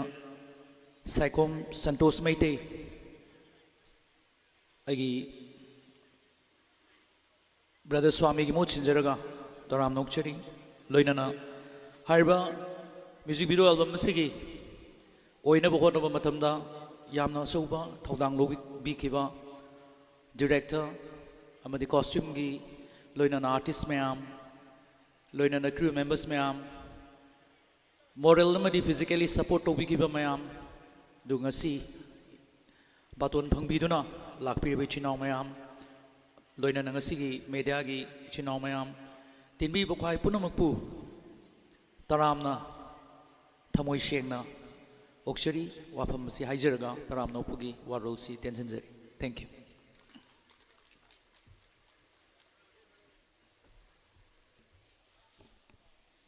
थागसरी इकाय खुमनजरिबा मसकना आइरबा इरमदमसिगी सैसकपा मिस्टर ए बॉबिन गी वेलकम एड्रेस तरामोक्सबगी वारोल थंबिक्रबा थंबिरमगी दमक्ता मिस्टर बॉबिन मुसो थागसरी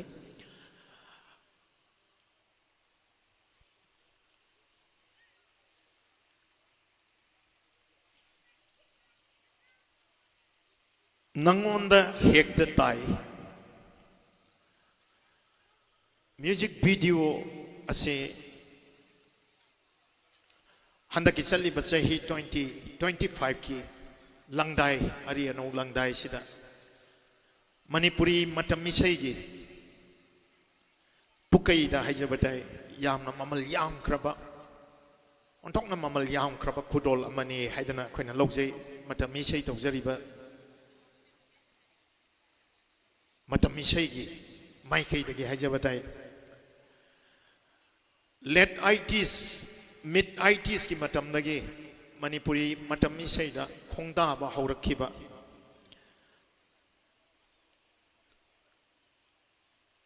इकाई खुमनाजरी याम स्वामी कुमार 1993 दा रूपरागा हाइरिबा मणिपुर की लमयान बाहाइजबताई मतमिसई की ओइना खैना मणिपुरी मतमिसई की इतिहास अमा सेमदा सनागी मयेंग ईदना लेहौरगदबा अदुगुंबा लुपनी रूपरागा दा 1993 दा join तौदना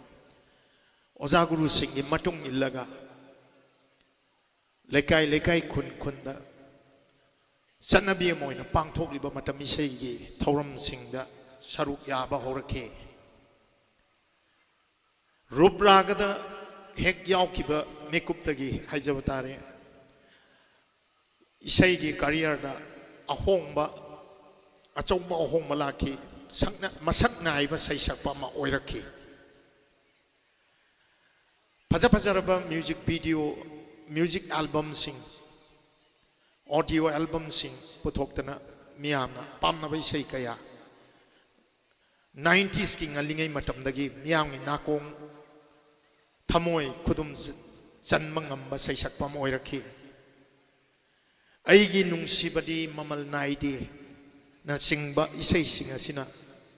ikai khumna jariba swami kumar gi manipur miyamna piba recognition haijabadai hai isai singa sina sakta isai oike mato sumna masak naiba saisakpa ma manipuri matam isai phida ma kannana bohanarakpada ma ki musical journey asida tongan tongan bo oza guru singgi wak gyan lok sing kaya tan ba kan hona jarakpa yam struggle tau jarakpa performing artist koi inkhalak liba naharol singda inspire ithil pibe yaba artist sama soi rakhi oza ranjit oza shankar sharma layoi krboza aribam buddha ahibam buddha lainana layoi krboza ahibam syam oza bimola asyam bimola oza ram babu masing yam krabo oza singi mapam da chat chatana oza singa sigi isai gi hindustani music ki classical music ki tongan tongan ba isai gi gyan lok sing sing tanjaraki mato sumna lepa leitana lakpa khongchat asida yamna nungai ribadi manipuri music video manipuri digital film na manipur da satnarakpa hauba matamda silver screen da actor amoina su khongdaba horki koina kawra roidaba masing yamna di kumamde adubu kumlamni ba kharasi act tobirami ba mami oina lehoraba kharasi adumak sona duna leiraba lehoraga daba oiki ngasi ngasi ma nangon de hekta tai haiba title asi amna maro leiba magul leiba double meaning oiba title lamani sei manipuri digital film na kanna manipura masigi movement sapu yamna kallingi matamda star haidana film ma lai mayum surjakanta sarmana direction dawdana manipur miyamna pamnaba film ma yamna hena pamnaba film ma oiki hairiba film maduda co act mina kiba makoini gi chemistry si amna sana kraba haijabatai masi reincarnate tawni haidana amuk hanna mapo pani haidana su lawba yai nangonda hekta tai binata saknai rabi actress binata ga loinana हायरिबा star दगी मतमदुदगी 2003 दा release तौगिबा film ने 2003 दगी ngasi 2025 sida amuk hana mapok ama pokpani haidana lobsu ye yamna yang naha oiriba director singi marakta oiriba director singi marakta tomthin ngan khalak liba haija bai yamna promising oiba director mo oiriba dhamen na karbaina nangon de hekta tahalak pagi haibasi khoi horen yengaga khangagani visual oina so duga mato sumna ngasi akoina release miam da khut lanthok chaga doriba nangon de hekta tai hairiba music video se Mr. Swami Kumar gi musical journey asida tarai bu khudol natte sungchoi soidana kari gumba khara yauramani kari gumba tongan ba masak ama anauba khutha ama Manipur miyam bu sumhat pangamba khulhan tho ama soidana oigani haibagi aset pathajawa thamjari haiba wapam si sampak nang asigi thorom asiga lengbiri iba singi mapamda nunggi oiba warol haijabatai sampak na thamjaraba tungda ngasigi chief guest ki phampam langda langsin biri bai kai khumna jariba case inauba proprietor toy toy adventure park thorom asiga mari leinana tentak pawapam thambina bagi damakta koksin jari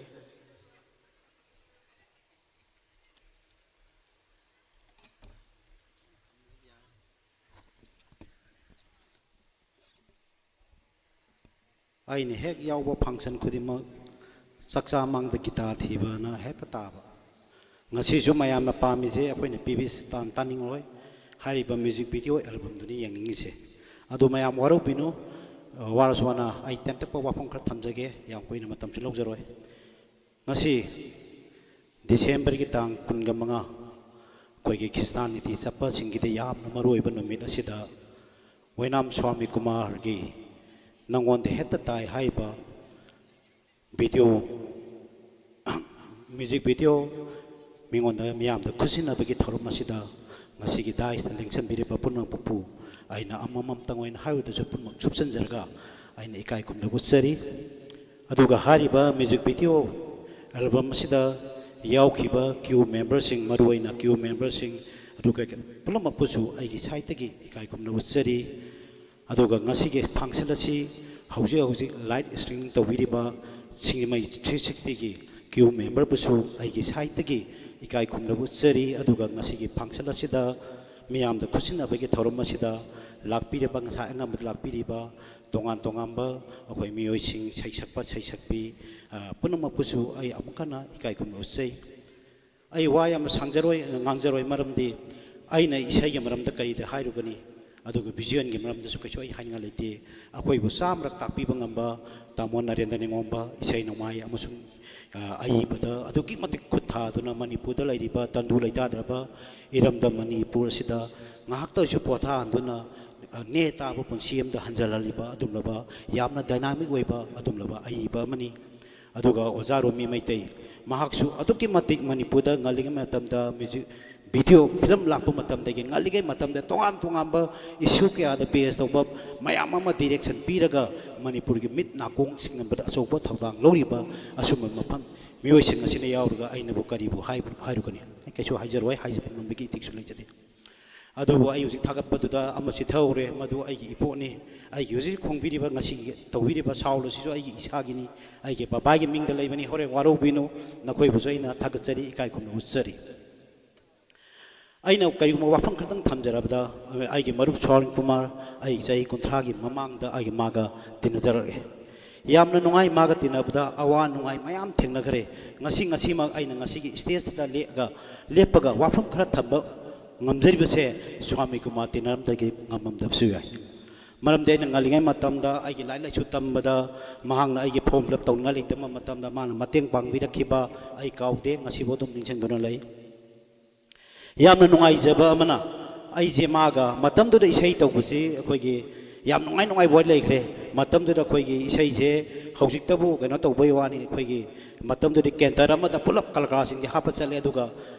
ꯃꯥꯅ extra ꯆꯠꯅꯤꯡꯉꯒꯗꯤ ꯑꯩꯈꯣꯏꯒꯤ ꯁꯤꯜ ꯂꯥꯡꯉꯤꯕ ꯏꯁꯩꯒꯤ ꯑꯣꯔꯒꯅꯥꯏꯖꯔꯁꯤꯡꯗꯨꯅ ꯒꯥꯔꯤ ꯇꯧꯔꯒ pickup ꯂꯥꯛꯑꯦꯕ pickup ꯂꯥꯛꯄꯁꯦ ꯌꯥꯝ ꯅꯨꯡꯉꯥꯏꯈ꯭ꯔꯖꯥꯠꯅꯤ ꯑꯩꯈꯣꯏ ꯃꯌꯥꯝꯇ ꯃꯨꯟꯅꯗꯣꯏꯅꯤ ꯆꯠꯍꯧꯗ꯭ꯔꯒ ꯏꯁꯩ ꯄꯤꯛꯑꯞ ꯆꯠꯄꯁꯤ ꯅꯨꯡꯗꯥꯡꯒꯤ ꯄꯨꯡ 3ꯐꯥꯎ ꯂꯣꯏꯗꯦꯕ ꯑꯌꯨꯛꯀꯤ ꯄꯨꯡ 3 ꯂꯣꯏꯕ ꯌꯥꯝ ꯊꯤꯅ ꯋꯥꯕ ꯑꯗꯨ ꯃꯥꯒ ꯑꯩꯒꯁꯦ ꯁ꯭ꯀꯨꯜꯗ ꯆꯠꯃꯤꯟꯅꯔꯛꯄ ꯑꯗꯨꯗ ꯑꯋꯥ ꯅꯨꯡꯉꯥꯏꯒꯤ ꯃꯌꯥꯝ ꯖꯔꯅꯤ ꯂꯩꯈ꯭ꯔꯦ ꯃꯗꯨ ꯑꯩ ꯂꯤꯖꯔꯔꯣꯏ ꯅꯣꯡꯃ ꯃꯇꯥꯡ ꯆꯥꯕꯗ ꯂꯤꯖꯒꯦ ꯑꯗꯨ ꯌꯥꯝ ꯅꯨꯡꯉꯥꯏꯖꯕ ꯑꯩꯁꯦ ꯃꯇꯝꯗꯨꯗ ꯕꯤꯁꯦꯝꯄꯨꯔꯗ ꯃꯥ ꯏꯁꯩ ꯁꯛꯑꯝꯃꯒ ꯃꯣꯏ ꯌꯨꯝꯗ ꯍꯥꯏꯗꯩ ꯃꯣꯏꯒꯤ ꯕꯕꯥꯗꯨ ꯂꯩꯔꯝꯗꯤ ꯀꯌꯥꯝ ꯅꯨꯡꯉꯥꯏꯖꯒꯅꯤ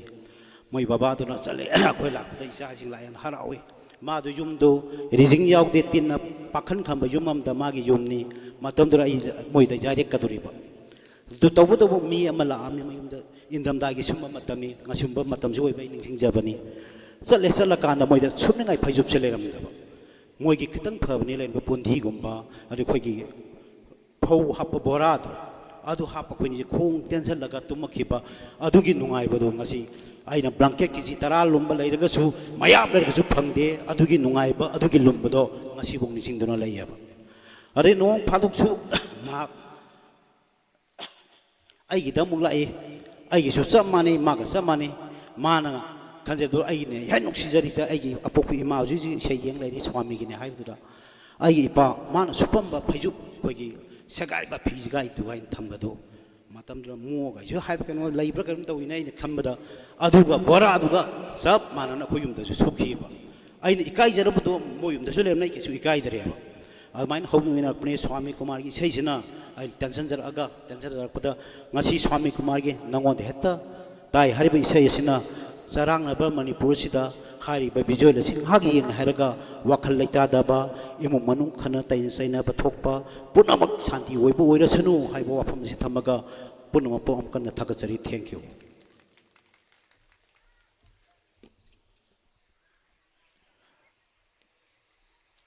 ꯊꯥꯒꯠꯆꯔꯤ ꯏꯀꯥꯏ ꯈꯨꯝꯅꯖꯔꯤꯕ ꯉꯁꯤꯒꯤ chief ꯒꯦꯁꯠꯀꯤ ꯐꯝꯐꯝꯂꯥꯡꯗ ꯂꯪꯁꯤꯟꯕꯤꯔꯤꯕ ꯀꯦ.ꯍꯩꯆ ꯏꯅꯥꯎꯕ proprietor ꯊꯣꯏꯊꯣꯏ adventure park chief ꯒꯦꯁꯠꯀꯤ ꯑꯣꯏꯕ ꯌꯥꯝꯅ ꯇꯦꯟꯇꯛꯅ ꯑꯣꯟꯊꯣꯛꯅ ꯅꯨꯡꯁꯤꯈ꯭ꯔꯕ ꯍꯥꯏꯖꯕꯗꯩ ꯍꯧꯈ꯭ꯔꯕ ꯄꯨꯟꯁꯤꯒꯤ ꯍꯣꯠꯅꯃꯤꯟꯅꯔꯛꯄ ꯑꯗꯨꯒ ꯇꯤꯟꯅꯕ ꯃꯔꯨꯞꯀꯤ ꯑꯁꯦꯡꯕ ꯃꯍꯥꯎ ꯍꯥꯏꯖꯕ ꯇꯥꯏ ꯉꯁꯤꯒꯤ ꯊꯧꯔꯝ ꯑꯁꯤꯗ ꯃꯃꯤ ꯇꯥꯕ ꯔꯤꯐ꯭ꯂꯦꯛ ꯇꯧꯕꯤꯔꯝꯕ ꯉꯝꯈꯩ ꯂꯩꯇꯅ ꯊꯥꯒꯠꯆꯔꯤ ꯃꯊꯪꯗ ꯑꯩꯁꯦ ꯏꯁꯩ ꯁꯨꯝ ꯂꯥꯎꯕꯒꯤ ꯍꯩꯅꯕꯤꯗ ꯀꯩꯒꯨꯝꯕ ꯀꯥꯟꯗ ꯈꯨꯕꯥꯛ ꯈꯨꯕꯤꯔꯛꯎ ꯀꯥꯏꯅ ꯌꯥꯝ ꯍꯥꯏꯔꯛꯈꯤꯅꯤ ꯁꯨꯃꯥꯏꯅ ꯁꯨꯝ ꯐꯣꯔꯃꯦꯜ ꯑꯣꯏꯕ ꯊꯧꯔꯝꯁꯦ ꯑꯩꯗꯤ ꯌꯥꯁꯨ ꯌꯥꯖꯗꯕꯅꯤ ꯃꯁꯤ ꯁꯨꯝ ꯍꯩꯅꯗ꯭ꯔꯦ ꯀꯥꯈꯠꯂꯒ ꯏꯁꯩ ꯄꯟꯐꯥ ꯄꯟꯐꯥ ꯆꯣꯡꯕꯒꯤ ꯄꯣꯠꯇ ꯂꯩꯌꯦꯅ ꯃꯊꯪꯗ ꯒꯦꯁꯠ ꯑꯣꯐ ꯑꯣꯅꯔꯒꯤ ꯋꯥꯔꯣꯜ ꯊꯝꯕꯤꯅꯕꯒꯤꯗꯃꯛꯇ ꯏꯀꯥꯏ ꯈꯨꯝꯅꯖꯔꯤꯕ ꯁꯥꯏꯈꯣꯝ ꯁꯟꯇꯣꯁ ꯄ꯭ꯔꯣꯄꯥꯏꯇꯔ ꯁꯟꯇꯣꯁ ꯑꯦꯂꯦꯛꯇ꯭ꯔꯣꯅꯤꯛꯁ ꯄꯨ ꯇꯦꯟꯇꯛꯄ ꯋꯥꯐꯝ ꯉꯁꯤꯒꯤ ꯊꯧꯔꯝ ꯑꯁꯤꯒ ꯃꯔꯤ ꯂꯩꯅꯅ ꯊꯝꯕꯤꯔꯅꯕꯒꯤꯗꯃꯛꯇ ꯀꯧꯁꯤꯟꯖꯔꯤ thank you ngasi music video gi lakpiriba khudimak mayambu aina ikai khubna bu chari aduga dice da phaminariba hena miyamna khangraba narendra ningomba aigi yamba miyamgi damakta ngasi bauda Thawai Dharaga Laiba, Yambabu Aina, Ikai Kubnabu Chari, Romi Maitei, Flimgi, National Award Fangraba, Mahakuzu Aina Ikai Kubnabu Chari, Amadi T.H. Inauba, Proprietor Totoiba, Aigidi Yamba Haitare, Yambabu Ikai Kubnabu Chari, Amadi Lai Mayum, Pratap Singh, Ozabusu, Ikai Kumnabu Chari ngasi music video gi sisida aina sponsor tauba ama phangba si aigi laiba yamna phaba amani aduga aisi मियामदा करिगुम्बा वही खरादंगददी message तौजरमगे मरम अदुना अरोइबदा तौजरके अदु याम सांगनदी लौजररोय ngasi yamba haitare yamba Swami Kumar yam Swami Kumar si aina more da leiringeda aina MSU General Secretary oiningeda yamba si isai gi oina lakpa matamda khoina isai gi keno tawra matungda yamba si yamna chamme haitare aduna sahizu akhoi yam halle ngasi yamna ngasi music ki adagi artist ki thoramda thawai su am hakjang yauna to biribsi miyam da su mahakpu support to biu amadi ngasi aina masi stage ta kaba phangjari bsi yamba Swami Kumar amadi akhoi gi inau aji 360 gi aigi di isenopa haitare mahagna hairakpadagi aina sigi stage sida kaba phangjabani aduga moreda mahagna lakpa matamda akhoibu yamna manau madawna yam luna tawbigibdo aina ningsangdana mahaki wari mateng khakta lijage yamna di kauramani aina yamgi isai se adugi matik yam ngauzagi haitare adubu numit amadi amuk hanna akhoina MSU gi site gi kauba matamda atopa yambadudi masa nuai tabadera kaino khangdre masa do yauraktre yauktabuda yam nongning ba amana kaino haida singjamai dagi ne hai akhoi gi conduct to viriba kaino da aidi mahakzu akhoi yam somega magazu masak haifet mana bai tare adu aidi ma yaurabne na khandana chenjal laga ko holu bai tare yamba kamai tawrige na tawruganda last adi ai Swami Kumar nati na harakoda ya adu kimatik nungai gi hai tare ko adu kaino ne ngasi music and video release tawgadaba kaino sida lengbariba mayamna support tawbiraga amuka hanna haitare hena sidagi hena sokot buzu oibiu aduga ngasi nangonda hekta tai haibasi aigi ichan binataga kumai kenosi yamna chanai haitare ko aigi site tagi maramdi mamangda namala kanda dum kummakanda dum viral dum sakhi haitare aduna makata ba mathang hena chawkhatba amadi hena ano bo puthokpa miyam do puthokpa oisnu aduga aigi site gi hairagadi aigi di kaisu yamna leijaraga kocharaga keno tawjaba nate aigi oina wari mate am khaktang lijage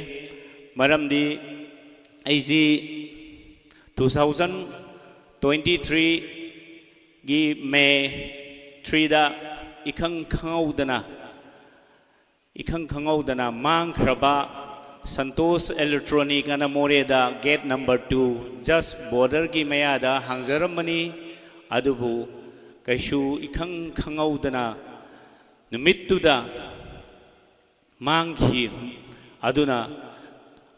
aina matau karamna miyam leiriba moreda leiriba miyam duga akhoi se kramaina hingani haina laaba matungda more Imphal da miyamna Imphal gi miyam CSO amadi miyamna tawbadagi akhoi mafam relic camp da leirakanda awawa chaitheng adu thengnagi adu khwaidagi moreda mangaba aigi Santosh Electronic amadi resort adagi property kya ahing aduda pulap mangminagi hairate mangraba matungda Imphal da laaba matungda tha hum mari se tawham lafang khangdana kuchen chelaga lerpa matamda aigi leijaba moredi la akanda aina sam paisa case khara paijare ado aina ꯆꯦꯛꯁꯟꯅ ꯌꯨꯝꯗ ꯊꯝꯃꯕ ꯃꯇꯨꯡꯗ ꯑꯩꯅ ꯏꯁꯥꯗ ꯀꯔꯤ ꯍꯥꯏꯇꯥꯔꯦ relief ꯀꯦꯝꯞꯗ ꯂꯩꯔꯤꯕ ꯏꯆꯤꯟ ꯏꯅꯥꯎ ꯃꯌꯥꯝ ꯆꯨꯔꯆꯥꯟꯄꯨꯔꯗꯒꯤ ꯃꯣꯔꯦꯗꯒꯤ ꯂꯩꯔꯤꯕ ꯃꯌꯥꯝꯁꯦ ꯑꯋꯥ ꯆꯩꯊꯦꯡꯁꯦ ꯃꯌꯥꯝꯅ ꯊꯦꯡꯅ ꯑꯋꯥꯕ ꯑꯃ ꯑꯣꯏꯔꯕ ꯃꯇꯨꯡꯗ ꯑꯩꯅ ꯌꯦꯡꯕ ꯉꯝꯗꯗꯅ ꯑꯩꯒꯤ ꯂꯩꯖꯕ ꯄꯩꯁꯥꯁꯦ ꯌꯨꯝꯒꯤ ꯃꯤꯒ ꯇꯥꯟꯅꯔꯀꯥꯟꯗ ꯑꯩꯅ ꯊꯥ 3ꯒꯤ ꯃꯇꯨꯡꯗ ꯔꯤꯂꯤꯐ ꯀꯦꯝꯞꯗ ꯆꯠꯂꯀꯥꯟꯗ ꯑꯩꯒꯤ ꯏꯃꯥ ꯏꯕꯦꯟ ꯏꯆꯦ ꯏꯆꯟ ꯂꯩꯔꯤꯕ ꯃꯌꯥꯝꯗꯨ ꯑꯩꯅ ꯑꯉꯝꯕ ꯑꯩꯒꯤ ꯂꯩꯖꯕ ꯁꯝ ꯄꯩꯁꯥ ꯑꯦꯃꯥꯎꯟ ꯈꯔꯗꯣ ꯄꯤꯈ꯭ꯔꯕ ꯃꯇꯨꯡꯗ ꯑꯩꯅ ꯃꯣꯏ ꯃꯌꯥꯝꯗ ꯀꯩꯅꯣ ꯇꯧꯔꯀꯥꯟꯗ ꯃꯣꯏ ꯃꯌꯥꯝꯅ ꯑꯩꯕꯨ ꯅꯨꯡꯁꯤꯔꯒ ꯕ꯭ꯂꯦꯁꯤꯡ ꯄꯤꯔꯛꯈꯤꯕꯗꯣ ꯕ꯭ꯂꯦꯁꯤꯡ ꯄꯤꯔꯛꯑꯕ ꯃꯇꯨꯡꯗ ꯑꯩꯒꯤ ꯋꯥꯈꯜꯁꯦ ꯑꯃꯨꯛ ꯍꯟꯅ ꯑꯩ ꯃꯃꯥꯡꯗ ꯃꯥꯡꯈ꯭ꯔꯦꯅ ꯈꯟꯈꯤꯕ ꯄꯣꯠꯇꯣ ꯃꯈꯣꯏꯅ ꯃꯤꯌꯥꯝꯅ ꯔꯤꯂꯤꯐ ꯀꯦꯝꯞꯗ ꯂꯩꯔꯤꯕ ꯃꯤꯌꯥꯝꯅ ꯑꯩꯕꯨ ꯕ꯭ꯂꯦꯁꯤꯡ ꯄꯤꯔꯛꯑꯀꯥꯟꯗ ꯑꯩꯒꯤ ꯊꯧꯅꯥ ꯍꯥꯞꯄꯤꯔꯛꯑꯀꯥꯟꯗ ꯑꯩꯒꯤ ꯃꯣꯔꯦꯗ ꯃꯥꯡꯈꯤꯕ ꯑꯩꯒꯤ ꯄ꯭ꯔꯣꯄꯔꯇꯤ ꯑꯃꯗꯤ ꯑꯩꯒꯤ ꯃꯤꯌꯥꯝꯒꯤ ꯁꯦꯕꯥ ꯇꯧꯔꯝꯗꯅ ꯂꯩꯖꯔꯝꯕ ꯑꯩꯁꯦ इखंग खंगौदन मांगखिबदो नुमित्तुदा था 3गी मतुंगदा मखोय मयामना अइबु ब्लेसिंग पीदना अमु हन्ना नंग अमु हन्ना अमुक मियामगी सेवा तौगदबनिको न हाइब्रकपदगी अइना अमुक सिंगजमै लैसांगथेम लैकाइदा अमुक अइना संतोष इलेक्ट्रॉनिक हाइना ब्रांच अमखक्तंग हांगतोकसबनी तो हांगतोकबा मतुंगदा अइगी हांगतोकसबा हाइबदी कंपनीदगी करीदगी करादगी अइजे जीरो ताग्रबा मतुंगदा कंपनी मयामना अइना हाना तौरुबा थबक मयामदुना मखोइना सपोर्ट तौरकपदगी ngasi पोचे ngasi piraga amu yolaga amu piba pikhatpa adumaina tawbadagi khara sum tawrakpadagi wakhal moreda leiringaida border da leiringaida ai isa se pokpada forefather dagi moreda poksarakpani yum ahum mari leiringaidagi akhoi moreda dum leijarakpani aduna moreda leirama aina khangnagiba chanagiba mayamdo aduna mayamduna support tawra akanda aina santosh electronic singjamai amadi kwagaitil thauda babu amadi army camp manungda leba transit camp amadi guwahati da capital villa haina aina homestay makaktanga hangtoksaba ngasi mai paktana aina yam dragasu aingodagi hena mai pakpusu mayam leirambusu yai tawbadabu really came the lady ba amadi manipur da imai ben halaman mayamna nungsi birakanda aibu support tawbidagi ai si yauna yorakpani haibasi ai mayam da thamjage amadi aduga akhoi si mayam da message sam khang aina ka haijaningi maramdi more haibasi manipurni maramdi manipur adi akhoi leiribse more se maitegi ne hana khanbiu maramdi matam amada haitare more da maitai khujob macha ama khakta leirakanda khujob macha ama khakta leirakanda sam warubadi yade more da maitai masa khujob macha ama khara leiri haibase matam duda निक्षिंग बखरा वाट प्राना खल्ले अदुबु होजिक्ति मणिपुरदा लेबा प्रजा मयाम खुद पुनमना मोरे हेबसे अखोई गी नी हाइबना ओइरकपसे सिदा आइगी थमोय हाइनंगाय लेतना पेले हाइतारे मरम मोरे से अखोइना लौदबा यादे तौदबा यादे मरमदी मैतै मचा मोरेदा लेबा मोरेदा लेरिबा अखोइसी सॉरी मोरे हाइबसी अखोइगी ओइदबा यादे हाइबदी मरमदी मणिपुरदा लेरिबा अखोइगी सेंथोक लंबी मोरे नतना अतोप लेरमोय हाइना खली मरमदी इमाई बेन इचे चन लेरिबा मयाम अवाना तारबा मयाम लेरि मयाम से लुपा 5,000 ना करबा तौबा याबा मोरेनी हाइतारे ngasi मोरेदगी यूबी एमा मोरेदगी सुपारी खितंग दो और सुपोरा कंदा कक्चिंग लंगवाई दा पोरा मतमदा कक्चिंग लंगवाई दा पोरा मतमदा लुपा 5,000 दे दुम लेम में हाइतारे अदुगा लुपा 5,000 तरना तो अतोपा मफम दा चलगा करबा तौबा यादबनी को मोरे नतना सिमदी मयामना कौबिगनु सिम खक्तंगदे आइना मेसेज पिनिंगी मयाम मोरे से अखोइगिनी हाइबगी पांदमदा लोइना सपोर्ट तौबियु हाइतारे अदुगा मखा तारकपदा म्यूजिक वीडियो सिबु याम स्वामी कुमार पुथोइब सिबु हेना मयामना सपोर्ट तौबिरगा आई मतंगसिदा लोइसनजरगे thank you very much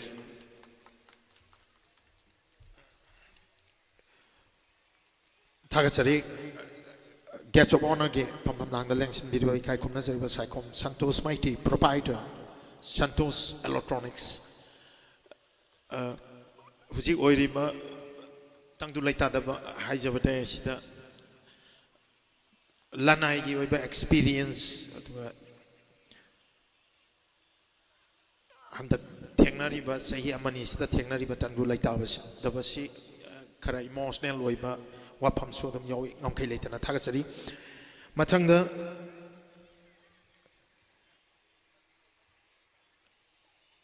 guest of honor gi pham langda lengsin biriba ikai kumna jariba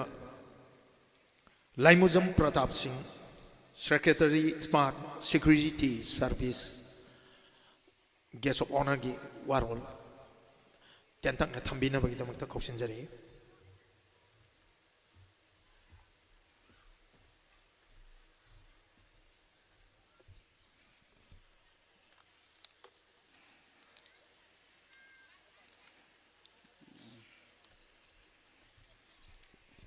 ahan rambutada waham sibu kombiri ba larimbi mabu ikono na kromjari nangon de hekta tai hari ba music video album asigi releasing ki program da athoi ba mithungne na pambiri ba ikai khum da matik saraba mayam gi oza Narendra Ningomba lyrics actor and social activist bu ahamuta ikai khum usari Loinana Chugeski Pamla the Pambiriba, Mingoina, Panzarabada, Romi Maitei, filmmaker, Nasrin Awadi, Bo Kaikuna Ushari, Loinana Chugeski Pamla the Pambiriba, Gas Inauba, writer and proprietor, Toy Toy, Ebenser Papu, Ikaipuna Usari, Loinana. Guest of honor Pamla the Pambiriba, Agi Marup Haitare, Kaikmatamatic Charaba, Saikom Santos Maite, proprietor Santos Electronics, Kaikman Usari, Luna Mang the Lisin Biriba, artist singer sing, invited sing, my well Puno Kaikun Usari. The singer was a music video album Simutang, the High Kalam Benedo, Marup Santosna, emotional Laiba ethnic class side may take a cookie lainaba, stamaki property mangiba, Lunana, no namana, struggle to Rogamagi business set up to Wada Yamna, Tamoisida, Noaitavam Pawi, Adopatuna, Atomatam da Tangdulitaba, Manipurama, where a poor snow high again, Magati with Bizari, Lunana, Hantaki Lan Haitare, Wagi, Kanuki Rana Sida. I did really came the lady, but Topang the Nasing the Su Aina head Madugi, Ziki, Akogi Crass at the Tomatum, the Indi came Salaga, Akogi Aina Mohoy, the way of a Tabuxing, me, Jones, Amri, the Itabak Hongre. Adudamakoina, I Tabuxi, Sana Basana, the Basiorum, otherwise maximum. I sat the Prio Costa, me, Jahum, the Tabakre. Aduga. Loina Hosiksi, Lady Lilicam, the Lady my size, say, Yung Papana Haitare, Hogi, Wakan Pada Viraga Akogi, Mang Kraba, Property or Mang Karbulan or Hanzalakan Wakan, the way Pentopota Maganoina, Minasi, Kanoedi, Sokoli game matic, Akoisi, Lan, Haita, Langi, people and same side. Sokola was G5 Lagasu, India G5 Manuncha Lagasu, weapons Kioro, Amogoro, was a competition with tire. Sokoli Matic, Langi, Kusukulagi, weapons kick and also Adam competition whatever. I don't know why I'm 16 now, ꯑꯩꯈꯣꯏ ꯏꯌꯥꯝꯕ ꯁ꯭ꯋꯥꯃꯤ ꯀ꯭ꯋꯥꯟ ꯄꯨꯊꯣꯏꯕ ꯁꯥꯟꯇꯤꯒꯤ ꯃꯁꯛ ꯑꯣꯏꯔꯕ ꯁꯨꯒꯨꯝꯕ ꯏꯁꯩ ꯅꯨꯡꯉꯥꯏ ꯅꯨꯡꯉꯥꯏ ꯇꯥꯔꯒ ꯑꯩꯈꯣꯏ ꯋꯥꯈꯜ ꯅꯨꯡꯉꯥꯏꯅ ꯇꯪꯗꯨ ꯂꯩꯇꯥꯅ ꯍꯤꯡꯕ ꯑꯩꯈꯣꯏ ꯑꯃꯒ ꯃꯇꯦꯡ ꯄꯥꯡꯅꯔꯒ ꯀꯣ ꯑꯦꯁꯤꯁꯇꯦꯟ ꯑꯣꯏꯔꯒ ꯄꯤꯁ ꯑꯦꯟ ꯍꯥꯔꯃꯣꯅꯤ ꯄꯨꯔꯒ ꯑꯩꯈꯣꯏ ꯂꯩꯔꯤꯕ ꯃꯅꯤꯄꯨꯔꯗ ꯂꯩꯕ ꯀꯥꯡꯂꯨꯞ 35ꯁꯦ ꯑꯩꯈꯣꯏ ꯑꯃꯠꯇꯅꯤ ꯈꯜꯂꯒ ꯏꯪꯅ ꯆꯤꯡꯅ ꯂꯩꯃꯤꯟꯅꯔ ꯇꯥꯔꯒꯗꯤ ꯑꯩꯈꯣꯏ ꯆꯥꯎꯈꯠꯄ ꯃꯅꯤꯄꯨꯔ ꯑꯃ ꯑꯣꯏꯒꯅꯤ ꯑꯩ ꯈꯟꯖꯩ ꯂꯣꯏꯅꯅ ꯗꯃꯦꯟꯅ ꯗꯤꯔꯦꯛꯁꯟ ꯄꯤꯕ ꯑꯦꯜꯕꯝ ꯑꯁꯤ ꯃꯌꯥꯝꯅ ꯄꯥꯝꯅꯒꯅꯤ ꯈꯜꯂꯤ ꯑꯩꯒꯤ ꯏꯅꯥꯎ ꯗꯃꯦꯟ ꯑꯁꯤ ꯌꯥꯝꯅ ꯄ꯭ꯔꯣꯃꯤꯁꯤꯡ ꯑꯣꯏꯕ ꯗꯥꯏꯔꯦꯛꯇꯔ ꯑꯃꯅꯤ ꯍꯟꯗꯛ ꯃꯥꯅ ꯄꯨꯊꯣꯛꯏꯕ ꯑꯦꯜꯕꯝꯁꯤꯡꯁꯦ ꯂꯣꯏꯅ ꯃꯌꯥꯝꯅ ꯄꯥꯝꯅꯕ ꯑꯉꯥꯡ ꯃꯆꯥꯅꯕꯨ ꯑꯣꯏꯗ ꯆꯤꯟꯕ ꯅꯥꯆꯣꯝ ꯌꯦꯠꯇ ꯆꯤꯟꯕꯤꯔꯣꯅ ꯑꯉꯥꯡ ꯃꯆꯥꯁꯤꯡꯅ ꯁꯛꯑꯦꯕ ꯑꯗꯣ ꯑꯩꯈꯣꯏꯒꯤ ꯏꯌꯥꯝꯕ ꯑꯃ ꯂꯩ ꯃꯃꯤꯡꯗꯤ ꯄꯟꯖꯔꯣꯏ ꯑꯦꯗꯚꯣꯀꯦꯠ ꯑꯃ ꯂꯩ ꯑꯗꯣ ꯃꯌꯥꯝꯁꯦ ꯑꯩ IAS ꯑꯣꯏꯒꯦ MCS ꯑꯣꯏꯒꯦ ꯅꯠꯇ꯭ꯔꯒ ꯑꯆꯧ ꯑꯆꯧꯕ ꯁꯥꯏꯟꯇꯤꯁ ꯑꯣꯏꯒꯦ ꯍꯥꯏꯗꯤ ꯂꯩꯕꯥꯛ ꯑꯃ ꯑꯦꯗꯃꯤꯅꯤꯁꯇ꯭ꯔꯦꯁꯟ ꯇꯧꯕ ꯗꯔꯀꯥꯔ ꯂꯩꯌꯦꯕ ꯑꯗꯣ ꯏꯟꯇꯔꯇꯦꯟꯃꯦꯟꯁꯨ ꯌꯥꯎꯗꯕ ꯌꯥꯗꯕ ꯑꯗꯣ ꯑꯉꯥꯡꯁꯤꯡꯁꯦ ꯑꯩꯈꯣꯏꯅ ꯍꯧꯖꯤꯛꯀꯤ ꯑꯉꯥꯡꯁꯤꯡꯁꯦ ꯗꯃꯦꯟꯅ ꯗꯤꯔꯦꯛꯁꯟ ꯄꯤꯕ ꯃ꯭ꯌꯨꯖꯤꯛ ꯑꯦꯜꯕꯝꯁꯦ ꯂꯣꯏꯅ ꯀꯣꯛꯆꯨꯈ꯭ꯔꯦꯕ ꯑꯣꯏꯗ ꯆꯤꯟꯕ ꯅꯥꯆꯣꯝ ꯌꯦꯠꯇ ꯆꯤꯟꯕꯤꯔꯣꯅ ꯑꯗ ꯍꯧꯖꯤꯛ ꯏꯌꯥꯝꯕꯁꯤꯅ ꯍꯥꯏꯕ IAS ꯑꯣꯏꯒꯦ MCS ꯑꯣꯏꯒꯦ ꯅꯠꯇ꯭ꯔꯒ ꯑꯦꯗꯃꯤꯅꯤꯁꯇ꯭ꯔꯦꯁꯟ ꯆꯪꯉꯦꯕ ꯑꯩꯈꯣꯏꯅ ꯂꯩꯕꯥꯛ ꯑꯃ ꯅꯨꯡꯉꯥꯏꯒꯦ ꯍꯥꯏ ꯇꯥꯔꯗꯤ ꯑꯦꯗꯃꯤꯅꯤꯁꯇ꯭ꯔꯦꯁꯟꯁꯦ ꯑꯩꯈꯣꯏꯅ ꯄꯥꯏꯗ꯭ꯔ ꯇꯥꯔꯒꯗꯤ ꯑꯐꯕ ꯃꯤꯍꯨꯠ ꯄꯨꯊꯣꯛꯄ ꯂꯣꯏꯅꯅ ꯑꯐꯕ ꯑꯦꯗꯃꯤꯅꯤꯁꯇ꯭ꯔꯦꯁꯟ ꯂꯩꯔꯀꯥꯟꯗ ꯑꯩꯈꯣꯏ ꯅꯨꯡꯉꯥꯏꯕ ꯈꯨꯟꯅꯥꯏ ꯑꯃ ꯑꯣꯏꯒꯗꯣꯏꯅꯦꯕ ꯗꯤꯕꯂꯞꯃꯦꯟ ꯑꯣꯏꯕ ꯑꯗꯨꯅ ꯑꯩꯈꯣꯏꯅ ꯃꯤꯆꯝ ꯑꯩꯈꯣꯏꯅ ꯄꯥꯎ ꯂꯥꯎꯔꯒꯁꯨ elected ꯑꯣꯏꯔꯤꯕ ꯃꯌꯥꯝꯁꯤꯅ ꯃꯣꯏꯅ ꯂꯣꯁꯦ ꯁꯦꯝꯕ ꯑꯃ ꯆꯪꯉꯦꯕ ꯆꯤꯡꯗ ꯑꯩꯈꯣꯏꯅ ꯇꯥꯕ ꯌꯥꯗ꯭ꯔꯤꯕ ꯇꯝꯗꯅ ꯇꯥꯕ ꯌꯥꯕ ꯁꯤꯒꯨꯝꯕ ꯔꯦꯟ ꯔꯤꯐꯣꯔꯝꯒꯤ ꯃꯇꯥꯡꯁꯦ ꯁꯦꯝꯗꯣꯛꯑꯕ ꯀꯥꯟꯗ ꯑꯩꯈꯣꯏꯅꯁꯨ ꯆꯤꯡꯗ ꯇꯥꯕ ꯌꯥꯕ ꯆꯤꯡꯃꯤꯅꯁꯨ ꯑꯩꯈꯣꯏ ꯇꯝꯗ ꯇꯥꯕ ꯌꯥꯕ ꯁꯤꯒꯤ ꯗꯤꯚꯥꯏꯠ ꯑꯦꯟ ꯔꯨꯜ ꯃꯥꯟꯕ ꯑꯩꯈꯣꯏꯒꯤ ꯂꯦꯟ ꯔꯤꯐꯣꯔꯝꯁꯦ ꯁꯦꯝꯗꯣꯛꯑꯀꯥꯟꯗ ꯑꯩꯈꯣꯏ ꯇꯪꯗꯨ ꯂꯩꯇꯥꯕ ꯃꯅꯤꯄꯨꯔ ꯑꯃ ꯑꯣꯏꯒꯅꯤ ꯀꯩꯅꯣꯗꯤ ꯑꯩꯈꯣꯏꯁꯤ ꯑꯃꯒ ꯆꯥꯡꯅꯧ ꯃꯥꯟꯅꯔꯀꯥꯟꯗ ꯍꯥꯏꯇꯥꯔꯦ ꯂꯧꯅ ꯂꯩꯅꯔꯀꯥꯟꯗ ꯑꯩꯈꯣꯏꯁꯤ ꯆꯥꯎꯈꯠꯄ ꯈꯨꯟꯅꯥꯏ ꯑꯃ ꯑꯣꯏꯗꯣꯏꯅꯤ ꯑꯗꯨꯅ ꯆꯤꯡꯃꯤ ꯃꯌꯥꯝꯅꯗꯤ ꯇꯝꯄꯥꯛꯇ ꯇꯥꯕ ꯌꯥꯕ ꯑꯩꯈꯣꯏꯅꯗꯤ ꯆꯤꯡꯗ ꯇꯥꯕ ꯌꯥꯗꯕ ꯂꯝ ꯂꯩꯕ ꯌꯥꯗꯕ ꯑꯗꯨꯕꯨ ꯑꯩꯈꯣꯏꯅ ꯑꯇꯣꯞꯄ ꯏꯟꯗꯤꯌꯥ ꯃꯐꯝꯗꯗꯤ ꯑꯗꯨꯝ ꯐ꯭ꯂꯦꯠ ꯂꯩꯕ ꯈꯣꯠꯄ ꯑꯗꯨꯝ ꯆꯠꯅꯩ ꯂꯩꯅꯩ ꯍꯥꯏꯇꯥꯔꯦ ꯑꯗꯨꯒ ꯄꯤꯛꯂꯞ ꯃꯅꯤꯄꯨꯔꯁꯤꯗꯤ ꯌꯥꯝꯅ ꯀꯝꯐ꯭ꯂꯤꯛ ꯑꯣꯏꯕ ꯕ꯭ꯔꯤꯇꯤꯁꯅ ꯊꯝꯃꯝꯕ ꯑꯃꯨꯕ ꯑꯦꯛ ꯑꯃ ꯑꯗꯨꯝ ꯗꯤꯚꯥꯏꯠ ꯇꯧ ꯑꯁꯤꯅ ꯑꯩꯈꯣꯏꯗ ꯅꯨꯡꯁꯤꯅꯕꯒꯤ ꯆꯥꯡ ꯑꯁꯦ ꯃꯁꯤꯅ ꯌꯥꯝꯅ ꯍꯟꯊꯍꯜꯂꯦ ꯍꯥꯏꯇꯥꯔꯦ ꯑꯗꯨꯅ ꯃꯁꯤ elected ꯑꯣꯏꯔꯤꯕ ꯃꯌꯥꯝꯅ ꯁꯦꯝꯗꯣꯛꯄ ꯑꯃ ꯆꯪꯉꯤ ꯂꯣꯏꯅ ꯕ꯭ꯔꯤꯒꯦꯗꯤꯌꯔ ꯑꯣꯐꯤꯁꯥꯔꯁꯤꯡꯅꯁꯨ ꯐꯖꯅ ꯄ꯭ꯔꯖꯥ ꯃꯌꯥꯝꯗ ꯑꯩꯈꯣꯏꯒꯤ ꯑꯐꯕ ꯑꯦꯗꯃꯤꯅꯤꯁꯇ꯭ꯔꯦꯁꯟ ꯇꯧꯕ ꯑꯃ ꯆꯪꯉꯤ ꯁꯨꯃꯥꯏꯅ ꯇꯧꯗꯅ ꯑꯩꯈꯣꯏꯒꯤ ꯇꯧꯃꯤꯟꯅꯔ ꯇꯥꯔꯒꯗꯤ ꯆꯥꯎꯈꯠꯄ ꯈꯨꯟꯅꯥꯏ ꯑꯃ ꯑꯣꯏꯒꯅꯤ ꯑꯗꯣ ꯉꯁꯤ ꯔꯤꯂꯤꯁ ꯇꯧꯒꯗꯧꯔꯤꯕ ꯅꯪꯉꯣꯟꯗ ꯍꯦꯛꯇ ꯇꯥꯏ ꯍꯥꯏꯕ ꯑꯩꯈꯣꯏꯒꯤ ꯑꯦꯜꯕꯝ ꯑꯁꯤ ꯑꯩ ꯏꯟꯚꯥꯏꯠ ꯇꯧꯕꯤꯔꯛꯄ ꯑꯩꯒꯤ ꯏꯅꯥꯎꯄꯥ ꯑꯖꯤꯠ ꯁꯤꯡꯖꯃꯩ 360ꯕꯨ ꯑꯩ ꯊꯥꯒꯠ ꯐꯣꯡꯗꯣꯛꯆꯔꯤ ꯂꯣꯏꯅꯅ ꯑꯩꯒꯤ ꯏꯌꯥꯝꯕ ꯁ꯭ꯋꯥꯃꯤ ꯀꯨꯃꯥꯔ ꯃꯁꯥꯃꯛ ꯑꯩꯒꯤ ꯑꯣꯐꯤꯁꯇ ꯂꯥꯛꯑꯒ ꯏꯟꯚꯥꯏꯇꯦꯁꯟ ꯄꯤꯔꯝꯃꯤ ꯑꯩꯒꯤ ꯏꯌꯥꯝꯕ ꯁ꯭ꯋꯥꯃꯤ ꯀꯨꯃꯥꯔ ꯈꯣꯟꯖꯦꯜꯁꯦ ꯇꯥꯕꯗ ꯑꯩꯁꯨ ꯏꯁꯩꯁꯦ ꯍꯥꯏꯗꯤ ꯍꯣꯕꯤ ꯑꯣꯏꯅ ꯑꯗꯨꯝ ꯉꯪꯖꯩ ꯍꯥꯏꯇꯥꯔꯦ ꯁꯨꯝ ꯑꯩꯈꯣꯏꯒꯤ ꯏꯃꯥꯟꯅꯕꯁꯤꯡ ꯄꯨꯟꯕꯗ ꯍꯥꯏꯗꯤ ꯑꯣꯀꯦꯖꯟ ꯃꯆꯥ ꯃꯆꯥꯗ ꯏꯁꯩ ꯑꯗꯨꯝ ꯁꯛꯆꯩ ꯍꯥꯏꯇꯥꯔꯦ ꯑꯗꯣ ꯑꯩ ꯌꯥꯝꯅ ꯏꯁꯥꯗ ꯊꯨꯛ ꯂꯥꯎꯕ ꯐꯥꯎꯈꯤ ꯏꯌꯥꯝꯕ ꯁ꯭ꯋꯥꯃꯤ ꯀꯨꯃꯥꯔ ꯋꯥꯈꯜꯁꯦ ꯑꯗꯨꯛ ꯃꯇꯤꯛ ꯆꯝꯕ ꯍꯥꯏꯇꯥꯔꯦ ꯑꯩꯒꯤ ꯑꯣꯐꯤꯁꯇ ꯂꯥꯛꯄꯤꯔꯤ ꯏꯟꯚꯥꯏꯇꯦꯁꯟ ꯊꯤꯟꯕꯤꯔꯛꯑꯦꯕ ꯑꯁ ꯏꯌꯥꯝꯕ ꯂꯥꯛꯇ꯭ꯔꯒꯁꯨ ꯑꯩ ꯑꯗꯨꯝ ꯂꯥꯛꯆꯕ ꯌꯥꯕꯗꯨꯕꯨ ꯍꯥꯏ ꯑꯁ ꯃꯥꯅ ꯈꯪꯍꯧꯗꯅ ꯍꯥꯏꯇꯥꯔꯦ ꯁꯔꯄ꯭ꯔꯥꯏꯖ ꯑꯣꯏꯅ ꯂꯥꯛꯄꯤꯈꯤ ꯌꯥꯝ ꯅꯨꯡꯉꯥꯏꯖꯩ ꯑꯥꯔꯇꯤꯁ ꯑꯃ ꯑꯣꯏꯕꯇ ꯅꯠꯇꯅ ꯃꯍꯥꯛꯀꯤ ꯊꯃꯣꯏꯁꯤ ꯑꯗꯨꯛ ꯃꯇꯤꯛ ꯁꯦꯡꯕ ꯍꯥꯏꯇꯥꯔꯦ ꯑꯗꯨꯅ ꯃꯍꯥꯛꯀꯤ ꯋꯥꯈꯜꯂꯣꯟꯁꯦ ꯑꯩꯒꯤ ꯑꯗꯨꯛ ꯃꯇꯤꯛ ꯊꯥꯒꯠꯆꯩ ꯍꯦꯟꯅ ꯃꯇꯨꯡ ꯇꯥꯔꯛꯄ ꯄꯨꯟꯁꯤꯗ ꯅꯨꯡꯉꯥꯏ ꯌꯥꯏꯐꯕ ꯆꯥꯎꯈꯠꯄ ꯄꯨꯟꯁꯤ ꯑꯃ ꯑꯣꯏꯔꯁꯅꯨ ꯍꯥꯏꯅ ꯑꯩꯒꯤ ꯃꯥꯏꯀꯩꯗꯒꯤ ꯋꯤꯁ ꯄꯤꯖꯔꯤ ꯄꯨꯝꯅꯃꯛꯄꯨ ꯈꯨꯔꯨꯝꯖꯔꯤ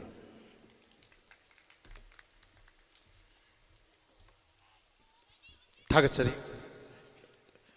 ꯒꯦꯁ ꯑꯣꯐ ꯑꯣꯅꯔꯒꯤ ꯐꯝꯐꯝꯂꯥꯡꯗ ꯂꯦꯡꯁꯤꯟꯕꯤꯔꯤꯕ ꯏꯀꯥꯏꯈꯨꯝꯅꯖꯔꯤꯕ Leimujam Pratap Singh secretary smart security service guest of ꯑꯣꯅꯔꯒꯤ ꯑꯣꯏꯕ ꯋꯥꯔꯣꯜ ꯊꯝꯕꯤꯔꯝꯕꯒꯤꯗꯃꯛꯇ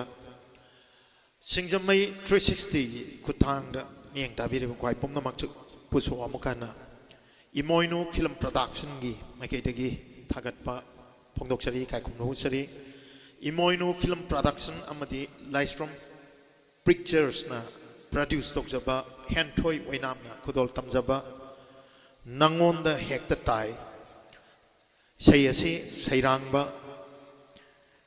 ꯗꯦꯕꯦꯟꯗ꯭ꯔ ꯀꯨꯃꯥꯔ ꯑꯗꯨꯒ ꯁꯩꯔꯦꯡꯕ ꯗꯦꯕꯦꯟꯗ꯭ꯔ ꯀꯨꯃꯥꯔ ꯑꯃꯗꯤ ꯁꯩꯔꯥꯡꯕ ꯁꯟꯖꯣꯏ ꯕꯦꯅꯁ ꯏꯁꯩ ꯑꯁꯤ ꯃꯤꯀꯨꯞ ꯈꯔꯒꯤ ꯃꯅꯨꯡꯗ ꯃꯤꯌꯥꯝꯗ ꯃꯇꯝ ꯏꯁꯩꯕꯨ ꯅꯨꯡꯁꯤꯕꯤꯕ ꯈ꯭ꯋꯥꯏ ꯄꯨꯝꯅꯃꯛꯇ ꯈꯨꯗꯣꯜ ꯇꯝꯖꯅꯕꯒꯤꯗꯃꯛꯇ ꯁꯦꯝ ꯁꯥꯕ ꯄꯨꯡꯂꯣꯏ ꯂꯣꯏꯔꯕ ꯃꯇꯝꯅꯤ ꯁꯤꯡꯖꯃꯩ 360ꯒꯤ ꯈꯨꯠꯊꯥꯡꯗ ꯃꯤꯠꯌꯦꯡ ꯇꯥꯕꯤꯔꯤꯕꯁꯤꯡꯅꯁꯨ ꯍꯥꯏꯔꯤꯕ ꯃꯤꯀꯨꯞ ꯑꯗꯨ ꯉꯥꯏꯃꯤꯟꯅꯁꯤ ꯍꯥꯏꯕ ꯋꯥꯐꯝꯁꯨ ꯊꯝꯖꯔꯤ ꯃꯊꯪꯗ ꯉꯁꯤꯒꯤ ꯆꯤꯐ ꯒꯦꯁꯀꯤ ꯐꯝꯐꯝꯂꯥꯡꯗ ꯂꯦꯡꯁꯤꯟꯕꯤꯔꯤꯕ इकाई खुमनजरीबा Romi Meitei international acclaim filmmaker national award winner इकाई खुमनजरीबा चीफ गेस्ट की ओइबा वारोल थंबीरनबगी दमकता नौलुक्सरी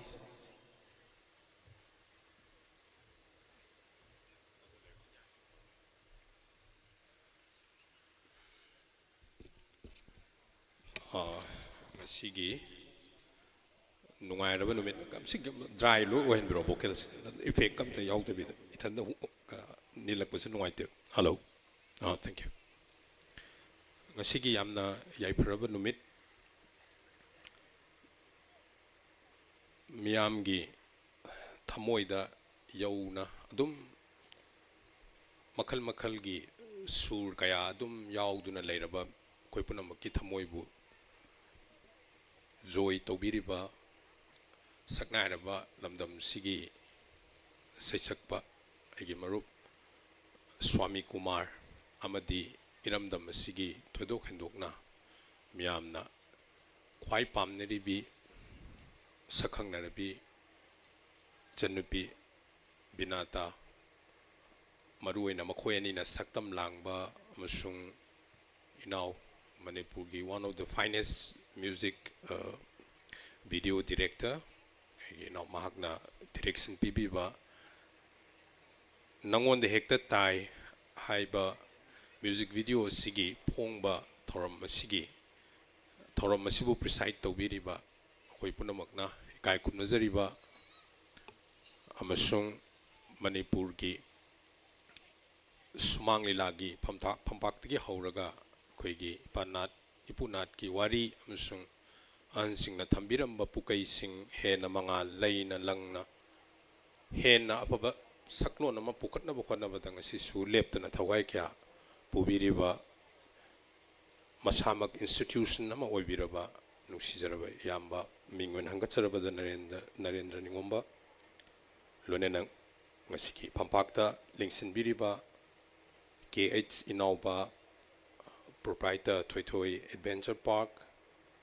lonena Laimuzam Pratap Singh secretary Smart Security Service dukolonena Saikom Santos Mitei proprietor Santos Electronics pu kai khumna wuchari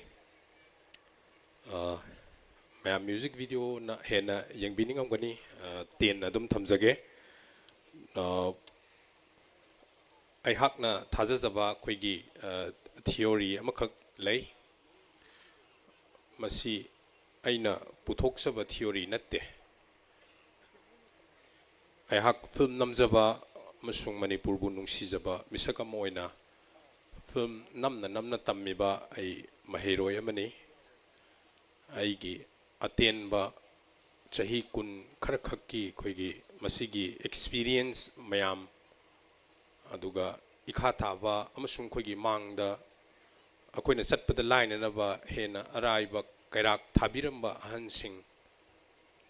wareng sereng lairik punamak paraga madugi experience da phangjarakpa amakhak lay madudi khoigi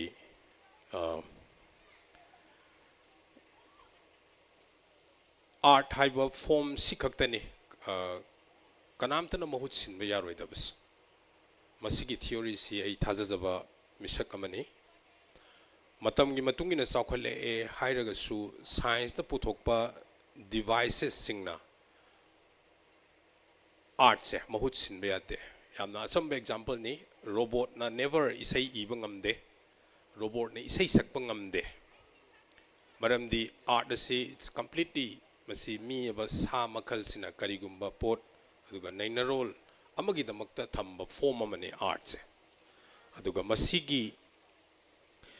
handaki atin ba sahi ahum mari sida aina uzaba ai filmmaker ama oina aduga manipur gi tongan ba ising nomai gi thoram sing aina mafam khudimakta chaludragasu social media gi through the uba matamda aina ngasai haijaba thajajaba theory du naina panjaningi se maroina mahuchu sinba yaroidaba ꯑꯗꯨꯒ retirement ꯂꯩꯇꯕ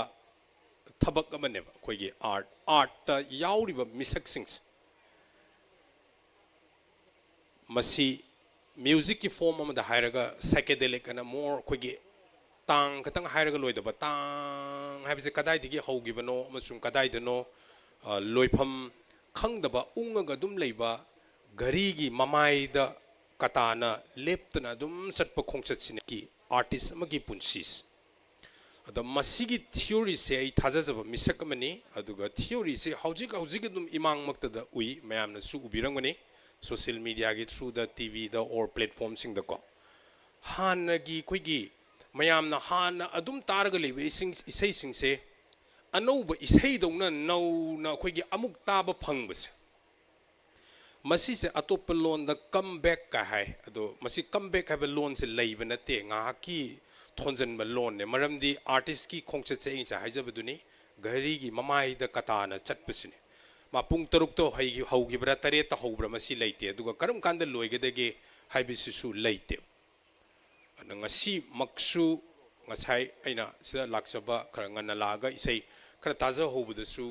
ꯃꯅꯤꯄꯨꯔꯒꯤ ꯁꯛꯅꯥꯏꯔꯕ ꯑꯩꯈꯣꯏꯒꯤ ꯕꯣꯅꯤꯅꯁꯨ ꯅꯤꯔꯨꯄꯃꯥꯒꯤ ꯏꯁꯩꯁꯦ ꯀꯗꯥꯏꯗꯅꯣ ꯑꯩꯒꯤ ꯌꯨꯝꯁꯦ ꯁꯛꯏ ꯆꯞ ꯃꯥꯟꯅꯅ ꯇꯥꯃꯣ ꯕꯤꯔ ꯀꯨꯃꯥꯔꯅ ꯑꯃꯨꯛ ꯀꯥꯈꯠꯂꯒ ꯍꯧꯖꯤꯛꯀꯤ ꯏꯁꯩꯁꯦ ꯁꯛꯑꯦ ꯃꯁꯤ ꯌꯥꯝ ꯂꯥꯔꯕ ꯈꯨꯗꯝꯅꯤ ꯃꯔꯝꯗꯤ ꯁꯨꯞꯅꯇꯒꯤ ꯑꯥꯔꯇꯤꯁꯀꯤ ꯅꯨꯡꯁꯤꯅ ꯏꯃꯥꯅ ꯄꯣꯛꯄꯤꯕ ꯑꯩꯒꯤ ꯍꯛꯆꯥꯡꯁꯤ ꯈꯛꯇꯅꯦꯕ ꯁꯤꯒꯗꯧꯕꯗꯤ ꯑꯗꯨꯒ ꯂꯦꯡꯗꯅ ꯂꯩꯍꯧꯒꯗꯣꯏꯁꯦ ꯑꯩꯈꯣꯏꯅ ꯇꯧꯔꯝꯕ ꯑꯥꯔꯠ ꯐꯣꯝꯁꯤꯅꯦ ꯉꯁꯤ ꯑꯩꯈꯣꯏꯒꯤ ꯃꯔꯛꯇ ꯏꯟꯁꯇꯤꯇ꯭ꯌꯨꯁꯟꯁꯨ ꯑꯣꯏꯕꯤꯔꯤꯕ ꯑꯩꯒꯤ ꯏꯌꯥꯝꯕ ꯅꯔꯦꯟꯗ꯭ꯔ ꯅꯤꯉꯣꯝꯕꯁꯦꯀꯣ ꯑꯩꯈꯣꯏꯒꯤ ꯊꯃꯣꯏꯗ ꯐꯥꯎꯕꯗꯨꯅꯤꯀꯣ ꯑꯩꯅ ꯉꯥꯏꯍꯥꯛ ꯁꯨꯝ ꯐꯝꯃꯤꯟꯅꯕꯗ ꯐꯥꯎꯖꯕꯗꯣ ꯍꯥꯏꯗꯤ ꯀꯩꯁꯥꯝꯊꯣꯡ ꯊꯣꯏꯕꯤ ꯍꯥꯏꯕ ꯁꯨꯃꯥꯡ ꯀꯨꯝꯍꯩꯁꯤꯗ ꯃꯅꯤꯄꯨꯔꯒꯤ ꯂꯣꯏꯖꯤꯡ ꯂꯣꯌꯥ ꯁꯤꯟꯕ ꯊꯨꯡꯅ ꯈꯪꯉꯦ ꯃꯁꯤ ꯇꯥꯃꯣ ꯅꯔꯦꯟꯗ꯭ꯔ ꯅꯤꯉꯣꯝꯕ ꯑꯣꯏꯅ ꯎꯕ ꯅꯠꯇꯦ ꯕꯥꯃꯣꯟ ꯏꯕꯨꯡꯉꯣ ꯄ꯭ꯔꯃꯦꯁꯣꯔꯁꯤꯀꯣ ꯑꯥꯔꯇꯤꯁ ꯑꯩꯈꯣꯏꯗꯤ ꯅꯨꯡꯁꯤꯔꯕ ꯏꯃꯥꯅ ꯄꯣꯛꯄꯤꯕ ꯍꯛꯆꯥꯡꯁꯤ ꯈꯛꯇꯅꯤ ꯁꯤꯈꯤꯒꯗꯧꯕ ꯑꯗꯨꯒ ꯑꯩꯈꯣꯏꯅ ꯇꯧꯔꯝꯕ ꯑꯥꯔꯇꯤꯁꯁꯤꯡꯅ ꯇꯧꯔꯝꯕ ꯃꯥꯒꯤ ꯑꯥꯔꯠ ꯐꯣꯝꯗꯨꯗꯤ ꯍꯤꯡꯉꯒ ꯂꯩ ꯃꯁꯤꯒꯤꯁꯦ ꯑꯩ ꯊꯥꯖꯖꯕ ꯊꯤꯑꯣꯔꯤꯅꯤ ꯑꯗꯨꯅ ꯑꯥꯔꯇꯤꯁ ꯑꯃ ꯅꯧꯅ ꯁ꯭ꯋꯥꯃꯤ ꯀꯨꯃꯥꯔꯁꯤ ꯏꯁꯩ ꯑꯃꯨꯛ ꯁꯛꯂꯛꯑꯦ ꯍꯥꯏꯗꯅ ꯃꯁꯤꯒꯤ ꯗꯤꯐꯤꯅꯤꯁꯟꯗ ꯑꯗꯨꯃꯥꯏꯅ ꯂꯧꯖꯗꯦꯕ ꯑꯩꯗꯤ ꯑꯗꯨꯝ ꯃꯁꯤꯒꯤꯁꯦ ꯑꯩꯈꯣꯏꯅ ꯘꯔꯤꯗꯨ ꯌꯦꯡꯉꯨꯗꯕ ꯈꯛꯇꯅꯦꯕ ꯆꯠꯄꯗꯤ ꯁꯨꯡꯂꯦꯞ ꯂꯦꯞꯇꯦꯕ ꯃꯁꯤꯒꯤꯁꯦꯀꯣ ꯑꯗꯨꯒ ꯃꯁꯤꯒꯤ ꯈꯣꯡꯆꯠꯁꯦ ꯑꯩ ꯑꯅꯧꯕ ꯑꯥꯔꯇꯤꯁꯁꯤꯡꯁꯦ ꯂꯣꯏꯅꯃꯛ ꯃꯁꯤ ꯔꯦꯁꯄꯦꯛ ꯇꯧꯍꯟꯅꯤꯡꯉꯤ ꯃꯔꯝꯗꯤ ꯃꯁꯤ ꯇꯣꯉꯥꯟ ꯇꯣꯉꯥꯟꯕ ꯑꯩꯈꯣꯏꯒꯤ ꯃꯆꯥꯛ ꯑꯃꯃꯝꯅꯤ ꯃꯔꯝꯗꯤ ꯃꯥꯡꯗ ꯆꯥꯛꯏꯕ ꯀꯦꯟꯗꯜꯁꯤꯒ ꯑꯩꯈꯣꯏꯒꯤ ꯑꯩꯒꯤ ꯈꯨꯠꯇ ꯄꯥꯏꯔꯤꯕ ꯑꯅꯣꯛꯁꯤꯒ ꯅꯦꯚꯔ ꯑꯅꯤꯁꯤ ꯑꯩꯈꯣꯏꯒꯤ ꯆꯥꯡꯗꯝꯅꯕ ꯌꯥꯗꯦ ꯑꯅꯣꯛꯀꯤ ꯃꯥꯒꯤ ꯑꯣꯏꯕ ꯃꯥꯒꯤ ꯁꯤꯖꯤꯟꯅꯐꯝ ꯂꯩ ꯇꯣꯉꯥꯜꯂꯤ ꯀꯦꯟꯗꯜꯁꯤꯒꯤ ꯁꯤꯖꯤꯟꯅꯐꯝ ꯇꯣꯉꯥꯟꯕ ꯁꯨꯃꯥꯏꯅ ꯑꯗꯨꯅ ꯑꯅꯧꯕ ꯑꯦꯛꯇꯔ ꯁꯤꯡꯒꯔ ꯀꯝꯄꯣꯖꯔ ꯔꯥꯏꯇꯔ ꯊꯣꯛꯂꯛꯄ ꯃꯇꯝꯗ ꯃꯔꯨꯑꯣꯏꯅ ꯊꯃꯣꯏꯗ ꯐꯥꯎꯕꯤꯒꯗꯕ ꯑꯗꯨꯒ ꯃꯁꯤꯒꯤ ꯊꯤꯑꯣꯔꯤꯁꯤ ꯑꯩꯅ ꯍꯥꯏꯖꯕꯗꯣ ꯊꯥꯖꯖꯕ ꯊꯤꯑꯣꯔꯤꯁꯤꯒꯤ ꯃꯅꯤꯡꯁꯤꯗ ꯑꯗꯣꯝꯁꯨ ꯊꯥꯖꯕꯤꯔꯒꯗꯤ ꯁꯤꯗꯤ ꯑꯩꯅ ꯍꯦꯟꯅ ꯐꯩꯅ ꯑꯩꯒꯤ ꯑꯦꯛꯇꯤꯡꯅ ꯍꯦꯟꯅ ꯐꯩ ꯑꯩꯒꯤ ꯏꯁꯩꯅ ꯍꯦꯟꯅ ꯐꯩ ꯑꯅ ꯍꯥꯏꯕꯁꯦ ꯃꯁꯤꯒꯤ ꯇꯔꯝꯁꯦ ꯂꯩꯇꯦ ꯃꯁꯤꯗ ꯐꯅ ꯌꯥꯝꯅ ꯍꯩꯁꯤꯡꯉꯒꯁꯨꯀꯣ ꯑꯩ ꯑꯆꯝꯕ ꯑꯦꯛꯖꯥꯝꯄꯜ ꯑꯃꯈꯛꯇꯪ ꯄꯤꯔꯒ ꯑꯩ ꯂꯣꯏꯁꯤꯟꯖꯒꯦ ꯃꯔꯝꯗꯤ ꯑꯩꯍꯥꯛꯅ ꯐꯅ ꯌꯥꯝꯅ ꯍꯩꯁꯤꯡꯉꯦ ꯍꯥꯏꯔꯒꯁꯨ ꯑꯩꯈꯣꯏꯒꯤ ꯏꯕꯣꯛꯇꯒꯤ ꯑꯩꯅ ꯆꯍꯤ ꯍꯟꯕ ꯁꯨꯡꯌꯥ ꯌꯥꯗꯦ ꯃꯔꯝꯗꯤ ꯃꯁꯤ ꯇꯣꯉꯥꯟ ꯇꯣꯉꯥꯟꯕ ꯑꯩꯈꯣꯏꯒꯤ ꯑꯦꯛꯖꯥꯝꯄꯜ ꯑꯣꯏꯅ ꯅꯨꯃꯤꯠꯇ ꯀꯣꯏꯔꯤꯕ ꯑꯩꯈꯣꯏꯒꯤ ꯄ꯭ꯂꯥꯅꯦꯠꯁꯤꯡꯁꯦ ꯃꯥꯒꯤ ꯑꯣꯏꯕ ꯎꯡꯐꯝ ꯊꯣꯛꯄ ꯃꯥꯒꯤ ꯑꯣꯏꯕ ꯔꯨꯠꯁꯤꯗ ꯂꯣꯏꯅꯃꯛ ꯆꯠꯂꯦ ꯇꯣꯉꯥꯟ ꯇꯣꯉꯥꯟꯕ ꯑꯣꯔꯕꯤꯠꯇ ꯑꯗꯣ ꯑꯩꯗꯤ ꯌꯥꯝꯅ ꯌꯥꯡꯕ ꯄ꯭ꯂꯥꯅꯦꯠꯅꯦꯅ ꯑꯩꯈꯣꯏꯒꯤ ꯃꯅꯤꯡ ꯉꯥꯏꯍꯥꯛ ꯍꯜꯂꯛꯑꯕ ꯃꯇꯥꯏ ꯈꯤꯇꯪ ꯊꯩꯗꯣꯔꯛꯑꯕ ꯑꯩꯅ ꯑꯗꯨꯅ ꯍꯦꯛ ꯇꯧꯔꯕ ꯑꯗꯨ ꯑꯣꯏꯇꯥꯔꯒꯗꯤ ꯑꯗꯨꯗꯅꯦꯕ ꯊꯣꯛꯏꯕ ꯀ꯭ꯂꯥꯁ ꯑꯗꯣ ꯃꯁꯤ ꯊꯃꯣꯏꯗ ꯐꯥꯎꯕ ꯋꯥꯍꯩꯅꯤ ꯉꯁꯤꯒꯤ ꯅꯨꯃꯤꯠꯁꯤꯗ ꯃꯁꯤ ꯑꯩ ꯉꯥꯏꯍꯥꯛ ꯉꯁꯥꯏ ꯏꯁꯩ ꯇꯥꯕꯗꯨꯗ ꯐꯥꯎꯔꯛꯄ ꯋꯥꯈꯜꯂꯣꯟꯗꯨꯅꯤ ꯊꯝꯖꯕꯁꯦ ꯑꯗꯨꯅ ꯃꯔꯨꯑꯣꯏꯅ ꯅꯍꯥ ꯑꯣꯏꯔꯤꯕ ꯑꯩꯈꯣꯏꯒꯤ ꯑꯥꯔꯇꯤꯁꯁꯤꯡ ꯑꯗꯨꯅ ꯑꯩꯁꯨ ꯏꯁꯥꯒꯤ ꯑꯣꯏꯕ ꯑꯩ ꯀꯣꯟꯇ꯭ꯔꯤꯕ꯭ꯌꯨꯁꯟ ꯈꯔꯈꯛ ꯇꯧꯔꯝꯃꯒ ꯑꯩꯒꯤ ꯍꯛꯆꯥꯡꯅ ꯂꯣꯏꯈ꯭ꯔꯒꯁꯨ ꯃꯥꯂꯦꯝ ꯄꯨꯝꯕꯅ ꯅꯤꯡꯁꯤꯡꯍꯧꯒꯗꯧꯕ ꯊꯕꯛꯅꯤ ꯍꯥꯏꯕꯁꯤꯇꯪ ꯊꯃꯣꯏꯗ ꯐꯥꯎꯃꯤꯟꯅꯕ ꯃꯁꯤ ꯑꯥꯔꯇꯤꯁ ꯑꯃ ꯑꯣꯏꯕꯒꯤ ꯄꯣꯛꯄꯒꯤ ꯄꯥꯟꯗꯝꯅꯤ ꯍꯥꯏꯅꯁꯨ ꯂꯧꯖꯩ ꯑꯗꯨꯒ ꯁꯤꯒꯨꯝꯕ ꯉꯁꯤꯒꯤ ꯅꯉꯣꯟꯗ ꯍꯦꯛꯇ ꯇꯥꯏ ꯍꯥꯏꯗꯅ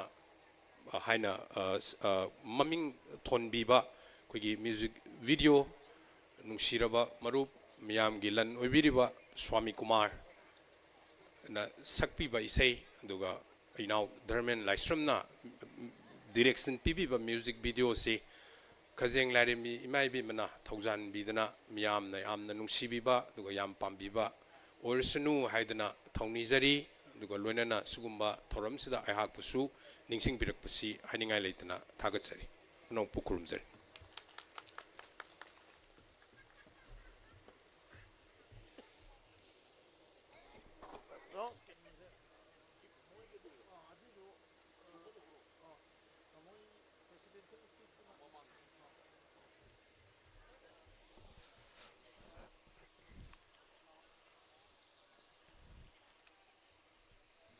थागतचरी इकाई खुमनजरीबा ngasiगी chief guest ki pham langda lengchin biniba Romi Meitei international acclaimed filmmaker national award winner yamna phajakraba wakalon haijabate performing art tawjariba sing alaman sing su lengchin bini aduga inkhalakliba naha sing saisakpa actor performing artist yamna khoi mapam asin lengsin biriba kwai pumnamakta pungning loksing oiba wapam sing yauna yamna marik chumna tentakna thambiramagi dongtang ngam khailitana tagasari makatar pasi nangon the hector tai music video sida saru yabi khiba cast crew sida production team ni mai kidagi felicity tawjaba kai kum bu sabagi tanja dune koi yamnina stage the plop ko khalaga paring naina lepaga pibadu madugi mawong tu su tawjara roge amamam toina dum ko khatsage tawdabu koi gi masing yamnina kitang khonglei thuna lengsin birakna ba koina hek kowaga lengsin birakna ba haidana noluksari ai yam thuna ming si hana list akoina kodol tamjagadaba sing sigi list yam tang lauk thok sage masi manungda production team gi maiki degi kodol tambigadaba polam volunteer sing basing ado mafam asida siam saraga lebina bagi damakta kogi thorum pangthok liba jaga sidagi kitang haiduoga so dum lainaba su yawnngani aduga punnamakki pukning jingsin jage kodol tamjagata or bising adudi dancer da mahananda langanba sundar telemba romeo ngampa mai kapil tomptin nongsa hikuzam equipment mahanta ng assistant camera mantri maite costume suranjoy nongdombam assistant director Ken Mongbijam drone Herojit Tongam cinematographer Sana artistry Naubi artistry assistant makeup ni daga Tony artistry makeup da Yumnam Leo choreographer Boynang Ting Ravendra Kumar lyrics Lakpati Ningthojam subtitle Singjamai 360 gi representative adum lengdana lebiro bipin youtuber youtube ke kogi youtube channel sida koina horen release tawr matungda thadok sakadaba sigi aduga modernized tent designer mtt gi mihut lainana apom sinta ben gi tablis ib akoijam Kapolei nongsa manglem solimla jajo actress ni prasanta oinam actor binatan leima actress Swami Kumar oinam singer actor loitonjam sanu imoino producer Sanjoy Banas music director Yoimayai Mongsaba editor Dharmen Laisram director ikai khomna jariba aina thamjakriba singasi da ikai khumna bu sabagi tandani aduna aina hana pathok sabasi sem saraga lebina na bagi sarksi tanaba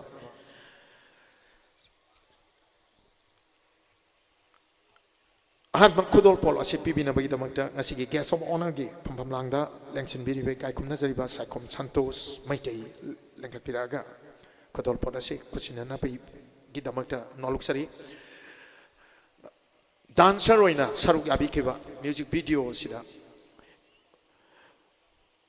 dancer ꯃꯍꯥꯅꯟꯗ ꯂꯦꯡꯈꯠꯄꯤꯔꯛꯅꯕ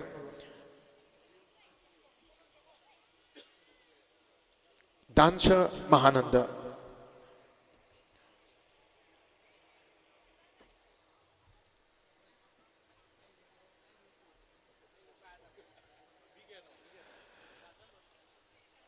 Dancer Nipan gi representative oina lengbire ID loinamak ngasise chinnaba shooting jo adum loinamak leptabanina aduna ama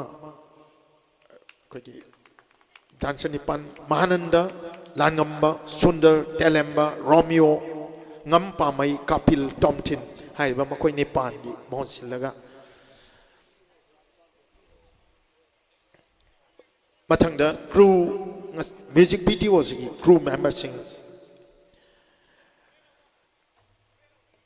Momento si kudol tamina bagi damakta ikai kumna sariba ngasigi Guest of Honor gi pampam langda lengsin biriba Laimuzam Pratap Singh Secretary Smart Security Service nangkat pirang naba ikai kumna sariba naungsa high cruisam equipments music video sida kena season dari by equipment sing camera gi ano light equipment sing asi naungsa high cruisam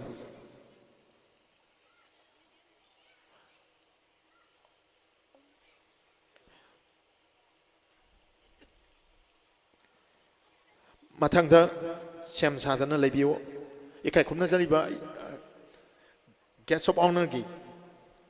Pampam lang dalang sin bini balai mujam Pratap ikai kumna sariba Guest of Honor kudol tambiri Mathangda Mahanta NG assistant camera Mahanta NG assistant camera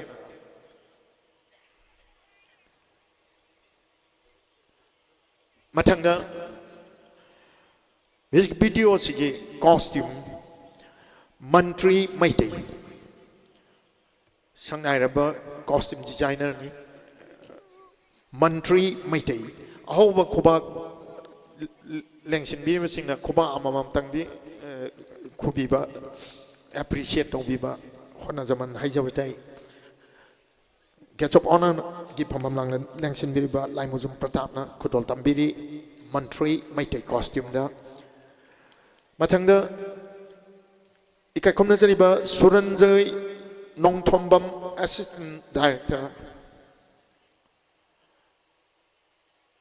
Suranjay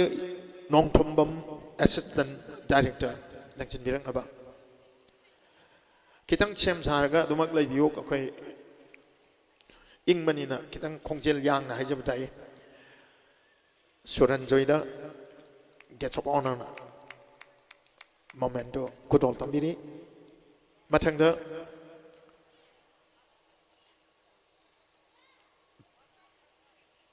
Mr. Ken Mongbijam Drawn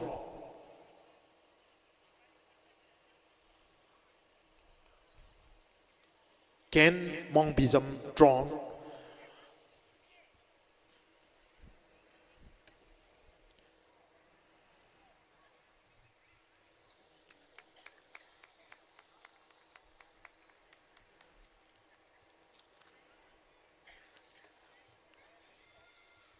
Makatarakpa kudol pot asi momento si ikai kumna sariba asigi Guest of Honor gi pampam langda langsin birima Saikhom Santos Maitina kudol tambina ba amu hana noluk sari Mathangda Herojit Thongam cinematography Herojit Thongam cinematography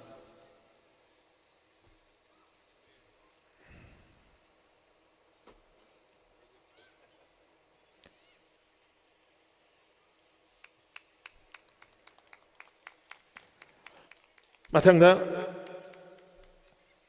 Sana Artistry assistant makeup Sana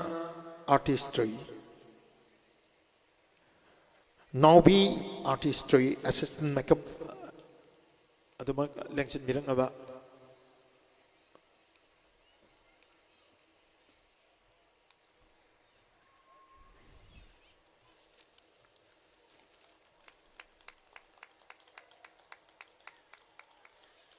Naubi Artistry.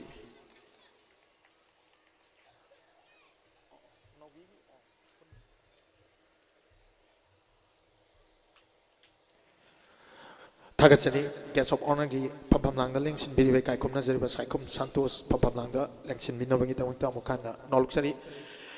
Matangi Makatar Pakudol Policy Asigi Chip Geski Pampamlanga Lengsin Biriba Ikaikum Nazariba case Inauba proprietor Toy Adventure Park Kudol Tambigani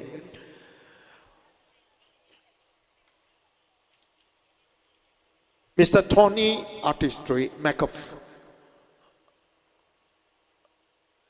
Laibiragadi Lengsin Birang Naba Laktre Loxere Yumnam Leo cinematographer Napigani choreographer Yumnam Leo music video sigi choreographer ni Yumnam Leo Kubakakra Kubiu ing manina Kudo Pasisodum Sagati Kakumnazari Basikis case in our proprietary Toto Everson partner Kudol Tambini Matanga Moirang Tem Drabenda Kumar lyrics Isayesi Mayek Ibiba Ikakumnazariba Moirang Tem Devendra Kumar Langkat pirang apa noluk sari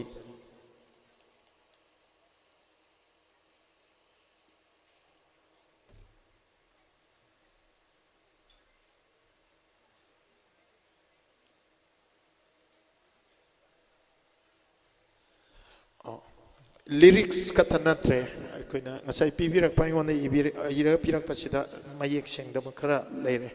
music tune dong bosu ikai kumna zariba Ikai kumna zariba kaka Moirang Tem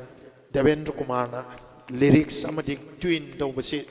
dong bibane au bakuba kubi utin mi bakai pum namang na matangda Lakpati Ningthokjam subtitle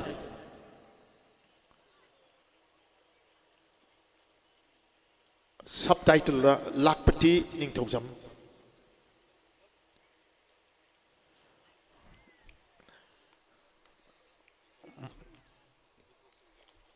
Nakpigani Ningthok Kongjam Ibada Hatu ina bazani aduna masigi damakta tenbiriba mandi live streaming yang biri singna lana lobidana ba Lakpati Ningthok Kongjam subtitle Takasari Chikesu Matanga Hojik live streaming Pibiriba Aduga media partner gi publicity gi tongan mathagai sing lobiriba singjamai 360 gi mihut langhat pirang naba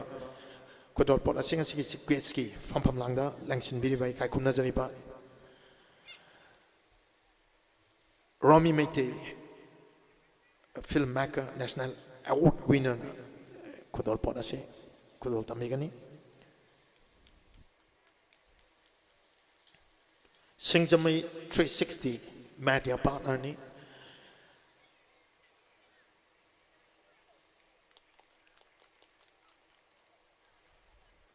aduga mathangda YouTube na sing matongan ma social media sing handle to biriba Bipin lekhat pirang naba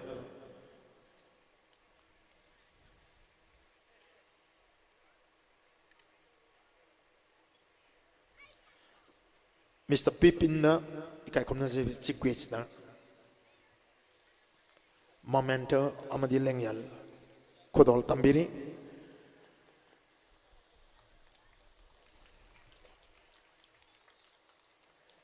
ꯃꯊꯪꯗ modernized tent designer MTT tent ki ꯄꯣꯠꯂꯝꯁꯤꯡ sponsor ꯇꯧꯕꯤꯕꯅꯤ modernized tent designer MTT ki ꯃꯤꯍꯨꯠ ꯂꯦꯡꯈꯠꯄꯤꯔꯛꯅꯕ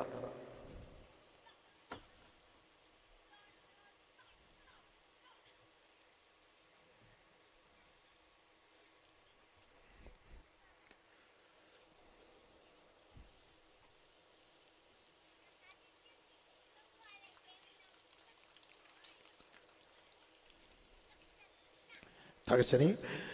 मथंगदा अबोम tabla सिंथा band की तबलिस ने लाक्ट्रे लौजरगे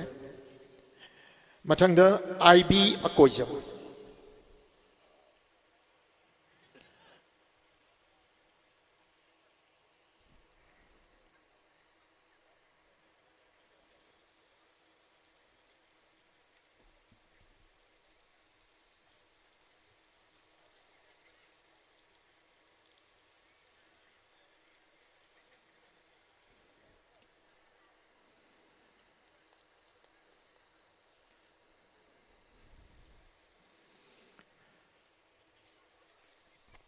थागसरी इकाय खुमनसरी बंगसगी chief guest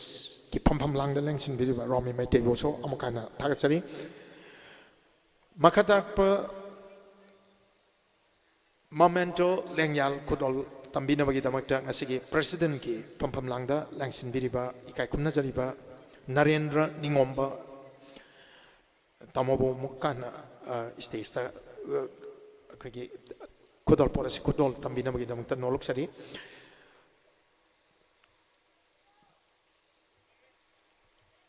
music video सिगी actor होइना सरुक याबिगी busing अदुगा director music director न सिंगबा music arranger न सिंगबा तोंगान तोंगान बसिगदा कुदोल मखा तारखसि कुदोल तमजबगी तांजा दुनि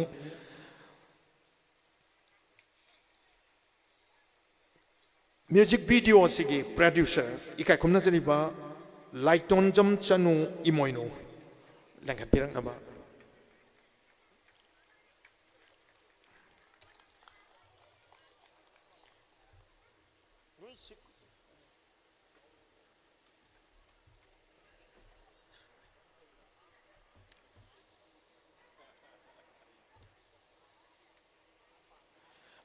producer Laitonlom Chanu Imoinu dengan segi presiden na momento kudol tambiri matangda music video segi video director Mr. Dharmen Laistrom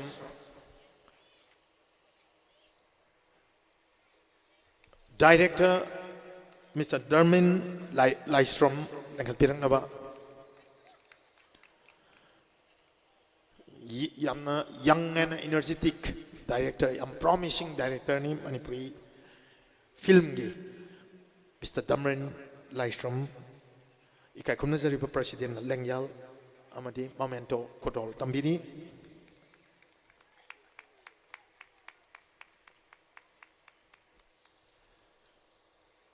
matangda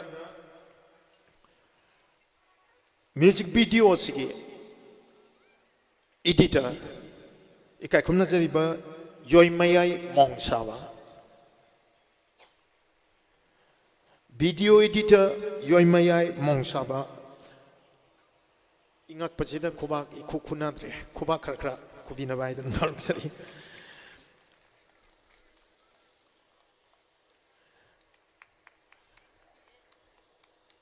matangda isai asigi music arranger Sanjoy Banas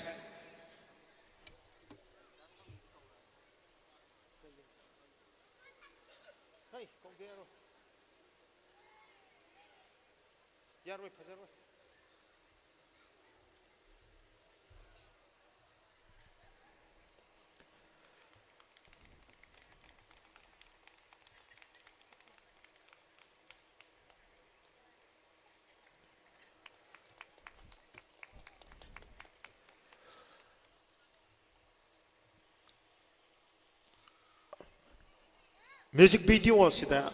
액터 오이나 사룩 야비키바 갑복레이 이농자 하이라가 강나리바 이봄자 랭카피랑나바 미스터 이봄자 레비라가디 락트리 하이나 럭자라게 액터 오이나 사룩 야비키바 미스터 망렘 랭카피랑나바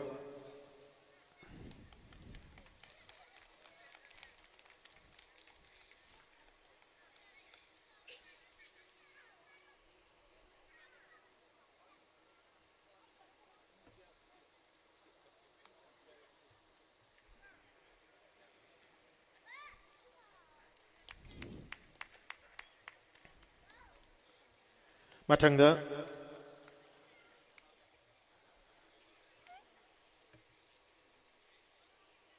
액터 오이나 사룩 야비키바 솔림라 자조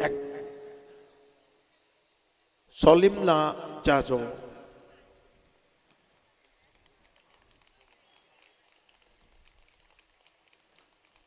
ꯑꯁꯤꯒꯤ ꯌꯥꯝꯅ ꯈ꯭ꯔꯤꯁꯃꯥꯁꯀꯤ ꯌꯥꯝꯅ ꯆꯤꯟꯕ ꯅꯨꯃꯤꯠ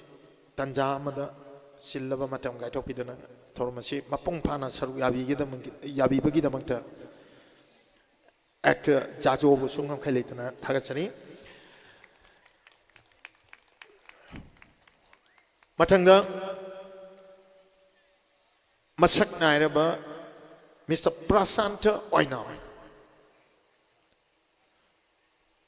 Prasanta Oinam.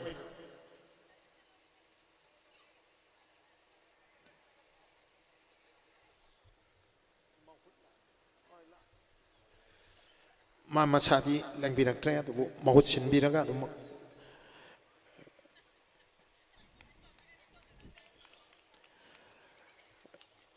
Tangatari, Kaikumnazari Bangasiki, President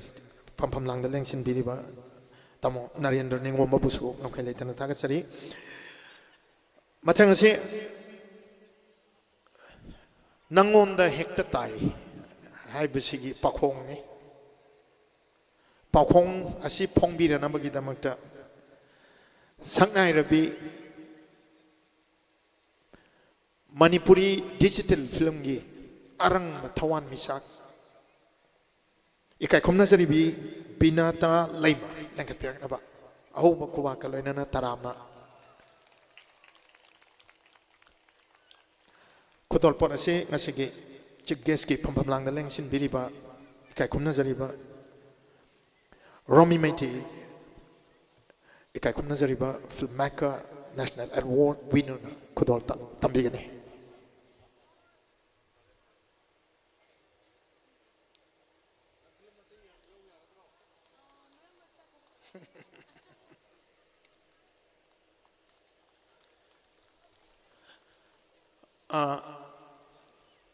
Yamna nungaiba moment atang mikup amatang lengsan di soitana tamona su taningani aduga kuiraba konjel ni kuira taba phangdaba pangna taba phangdaba konjel haijabatai ngasigi live streaming su salli wapam khara nangonda hekta tai sige yam tentakpo wapam amani dang thambinaba.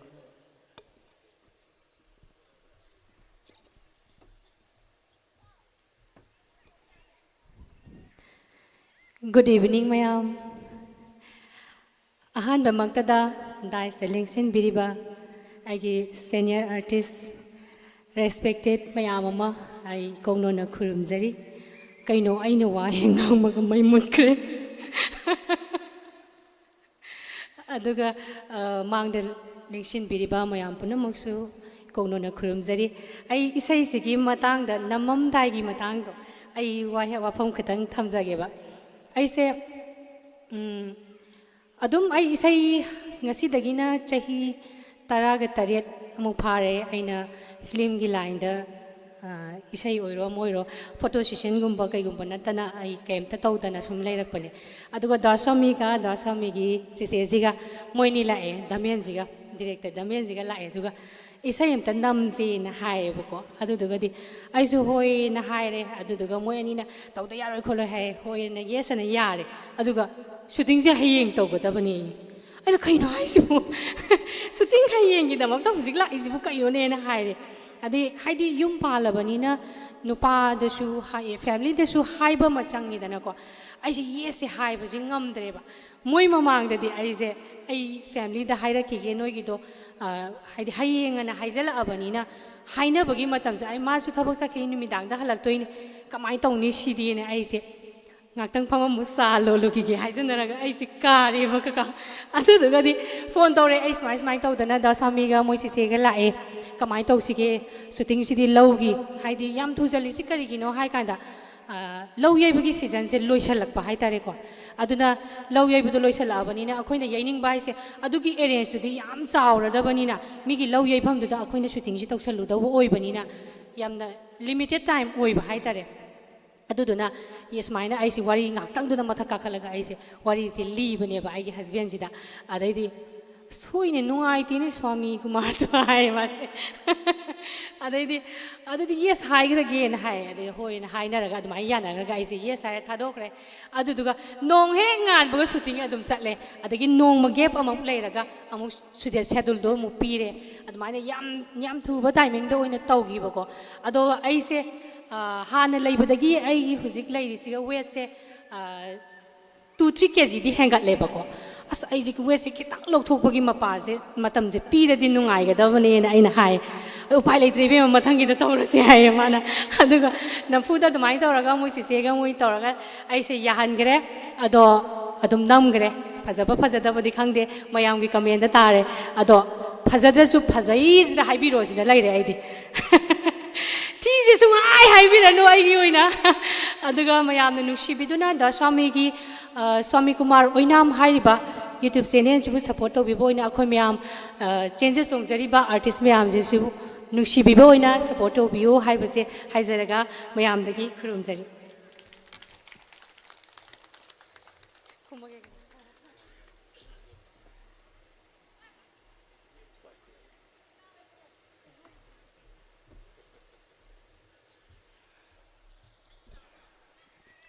थागतचरी music video से युफम थोलकपगी वारी दुनी यामना नुंगसीबा याम नुंगाइबा खाउयै हाइजबताय मैते अखोयगी loan याम थुना खाउरगा दुम यैसनगिबा खाउरगा यैसनगिबसि दुम मसिसु यामना सिगुमसिना थाजदबसिना हेना नुंगाइबा होरेन सोयदना खंगनी अखोयना ma'am social media platform Facebook चिंबदा वीडियो से मेकिंग वीडियो मचा मचा सेंसर तौद्रीब वीडियो मटेक मटेक वर्किंग वीडियो मैम उबीबदा एंटरटेनिंग म्यूजिक वीडियो सोयदना ओइगनी हाइबगी अचेतपा थाजब थमजरी मियामना मणिपुर मियामना ख्वाइदगी पामबा प्रोडक्शन ओइरसनो इकाई खुमनजरीबी बिनाता लेमा याइपा ताइबंग सेंबा मपुगी याइपा थौनी याइपा मंगोल सुनीजरी मथंगदा म्यूजिक वीडियो सिगी नंगोंदा हेक्ट ताई हाइरिबा सिगी यांगलेन सरुनी backbone Mr. Swami Kumar Oinam singer actor lengkhat piraknaba kodolpot asi chief guest ki phampam langda langsin biriba kai khumna jariba case inauba proprietor Toy Adventure Park na kodol tambigani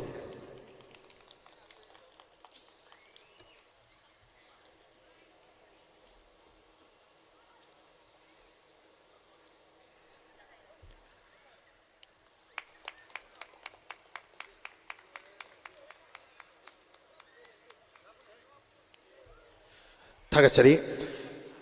मथंगदा music video से project से ओइननबा होनबदा अचौबा मटेंग पांगबीबा तोंगान तोंगान Hiram सिंगदा हाइजबताय मयामना सखंगनरबा मणिपुरगी यामना माइ पाकलबा हाइजबताय पेना store की proprietor इकाई खुमनजरीबा proprietor पेना store Sanatomba Lenkapiranaba.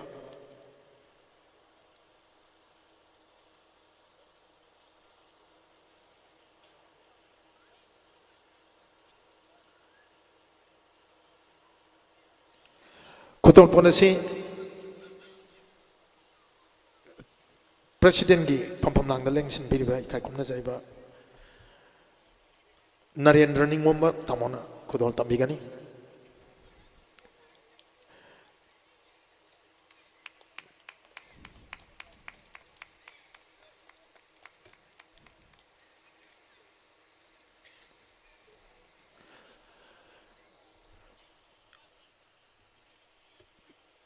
Music video sige cast crew amadi credit singda ikai khumno bu saba lengyal momento na singba kudol tamba gi thoram pang khogi lotion jakraba tungda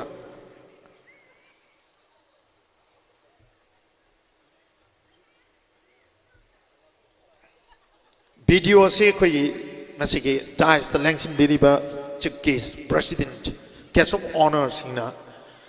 kogi release tawre haidna miyamda declare to wajabata lauthok sabagi tajaduni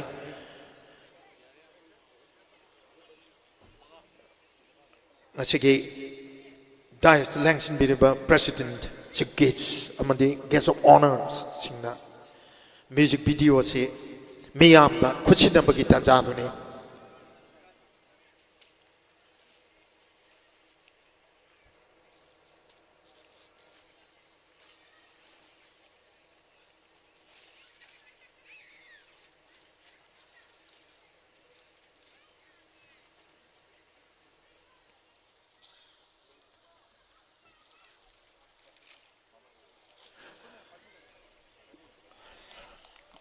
Nangonda Hector Tai Imoinu Film Production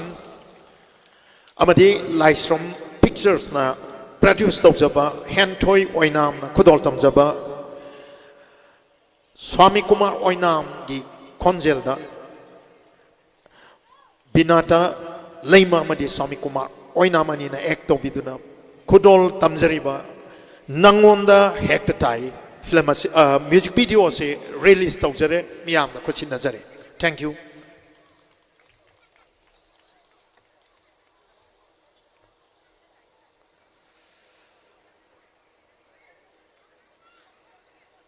Makatark pasi ngasigi thor masigi president ki Pampam Langda Langsin Biriba ikai kum nazariba Narendra Ningomba lyrics actor and social activist Tamogi presidential speech tambina bagi dabang noluk sari. Thank you, Bonnie. Ngasiki yamna nungsiraba punna kundalaita minariba sahi lising ani gi matakta puari leiraba iram dambasigi miyam singsu Christian Liningi oiba khwaidagi chawba khwaidagi thajaba khwaidagi achetpa yamna asengba numit ama haibatai Christmas ki onthokna nungsiraba numit asida loisilakliba sahi 2025 asida Manipuri music video natraga Manipuri film natraga kariguma makhal magi art ki oiba pothok sing kum ye oina lan thorok padugi aroi ba numit oigani haina ina thaja jaba sigi makha tarpa matamda hayeng hangsit mase masi siguma thorom ama lei haibagi pau tadraba iroi loiba 2025 ki sigum laba akhannaraba numit asigi yamna nungsiraba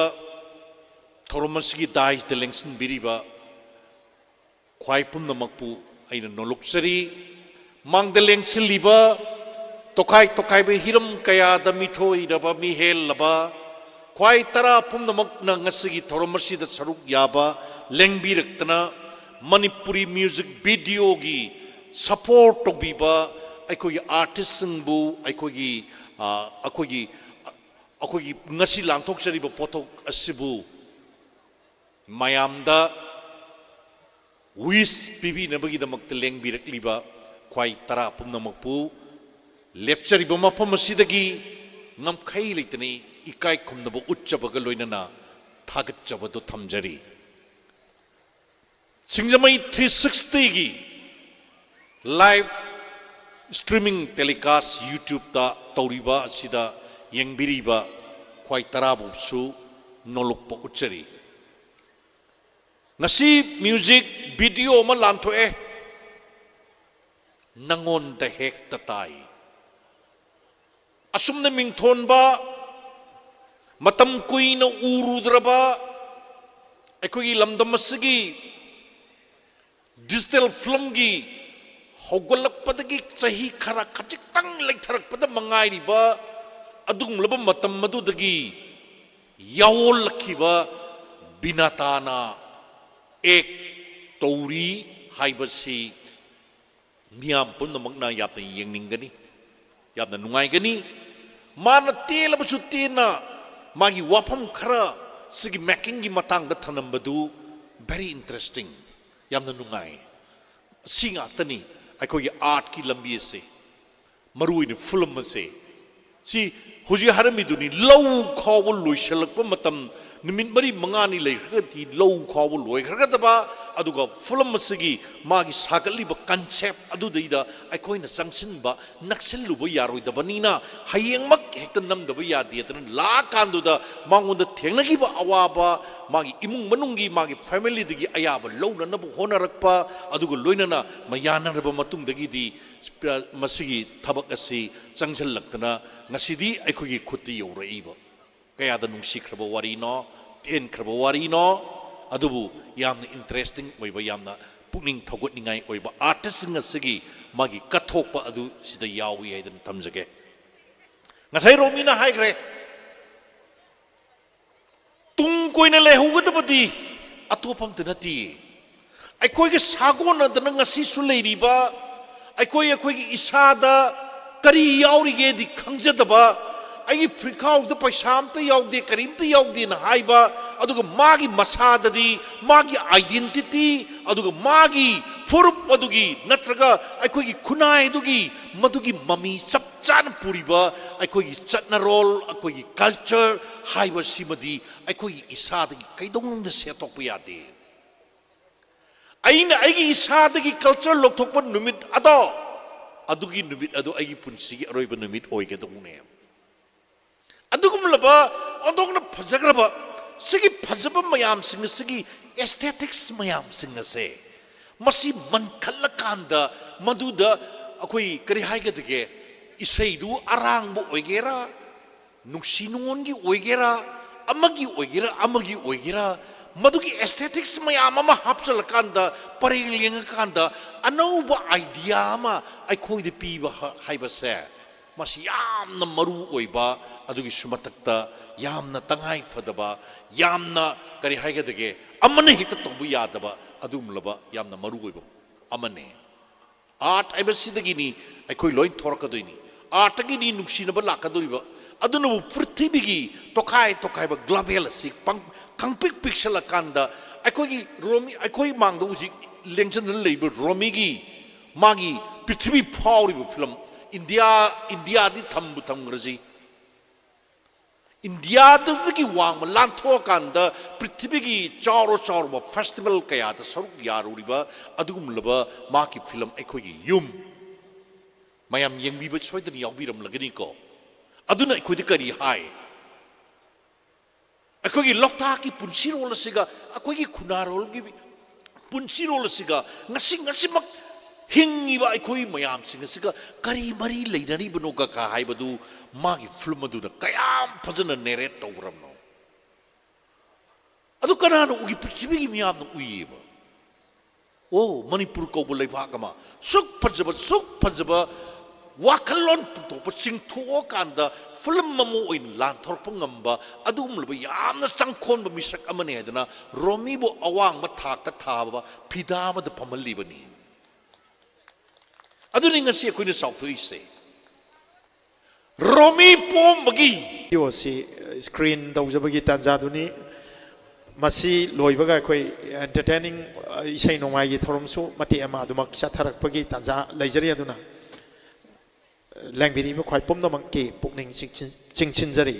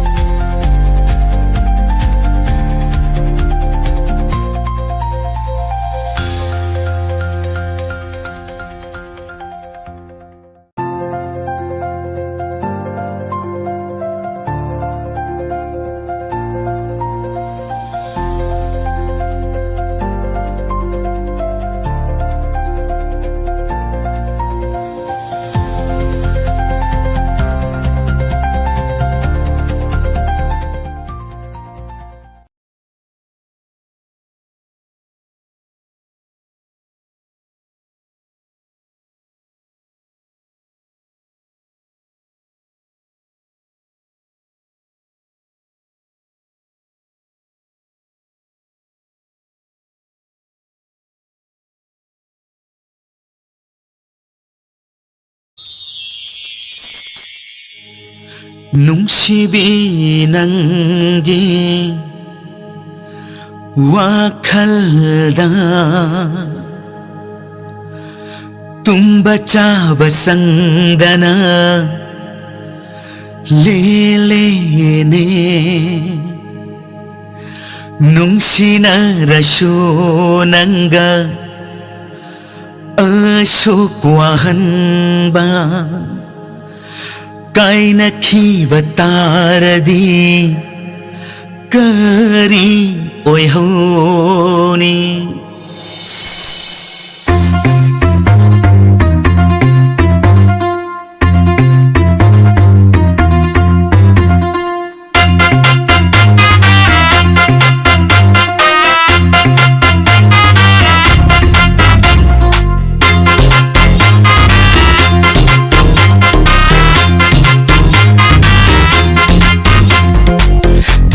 Batiruba nangonda hekta tai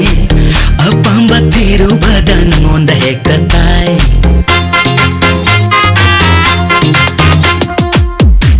batiruba nangonda hekta tai apamba tiruba nangonda hekta tai nungsi jai haining bada nangonda hekta tai kalo kalo kuding mata kalo kalo kuding mata nangonda hekta tai tai tai tai tai tai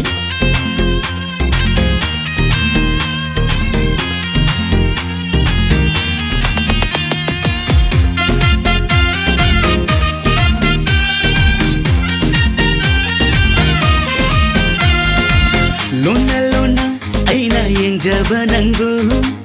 ikai khangdabani haibinu aibu lona lona aina yengjaba nangu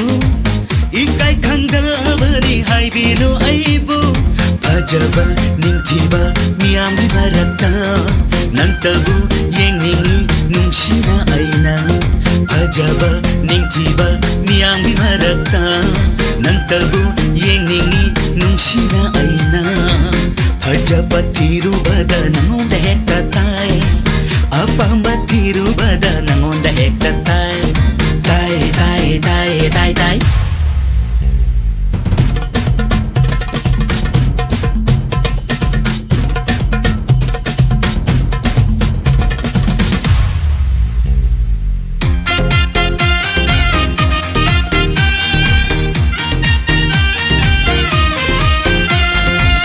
oi biu nanna punsigi kongloi Zatina si nung si pantung pamtana Oi biu nang na pun sige kongloi Zatina si nung si pantung pamtana Hai pet no pa mino kamada Nung sige ihul tamoy da paure Hai pet no pa mino kamada Nung sige ihul tamoy da paure Pajaba tirubada nangonda hekta tai Apamba tirubada nangonda hekta tai Nung si jai haining bada nangonda hekta tai Kalu kalu kuding mata Kalu kalu kuding mata nangonda hekta tai Tai tai tai tai tai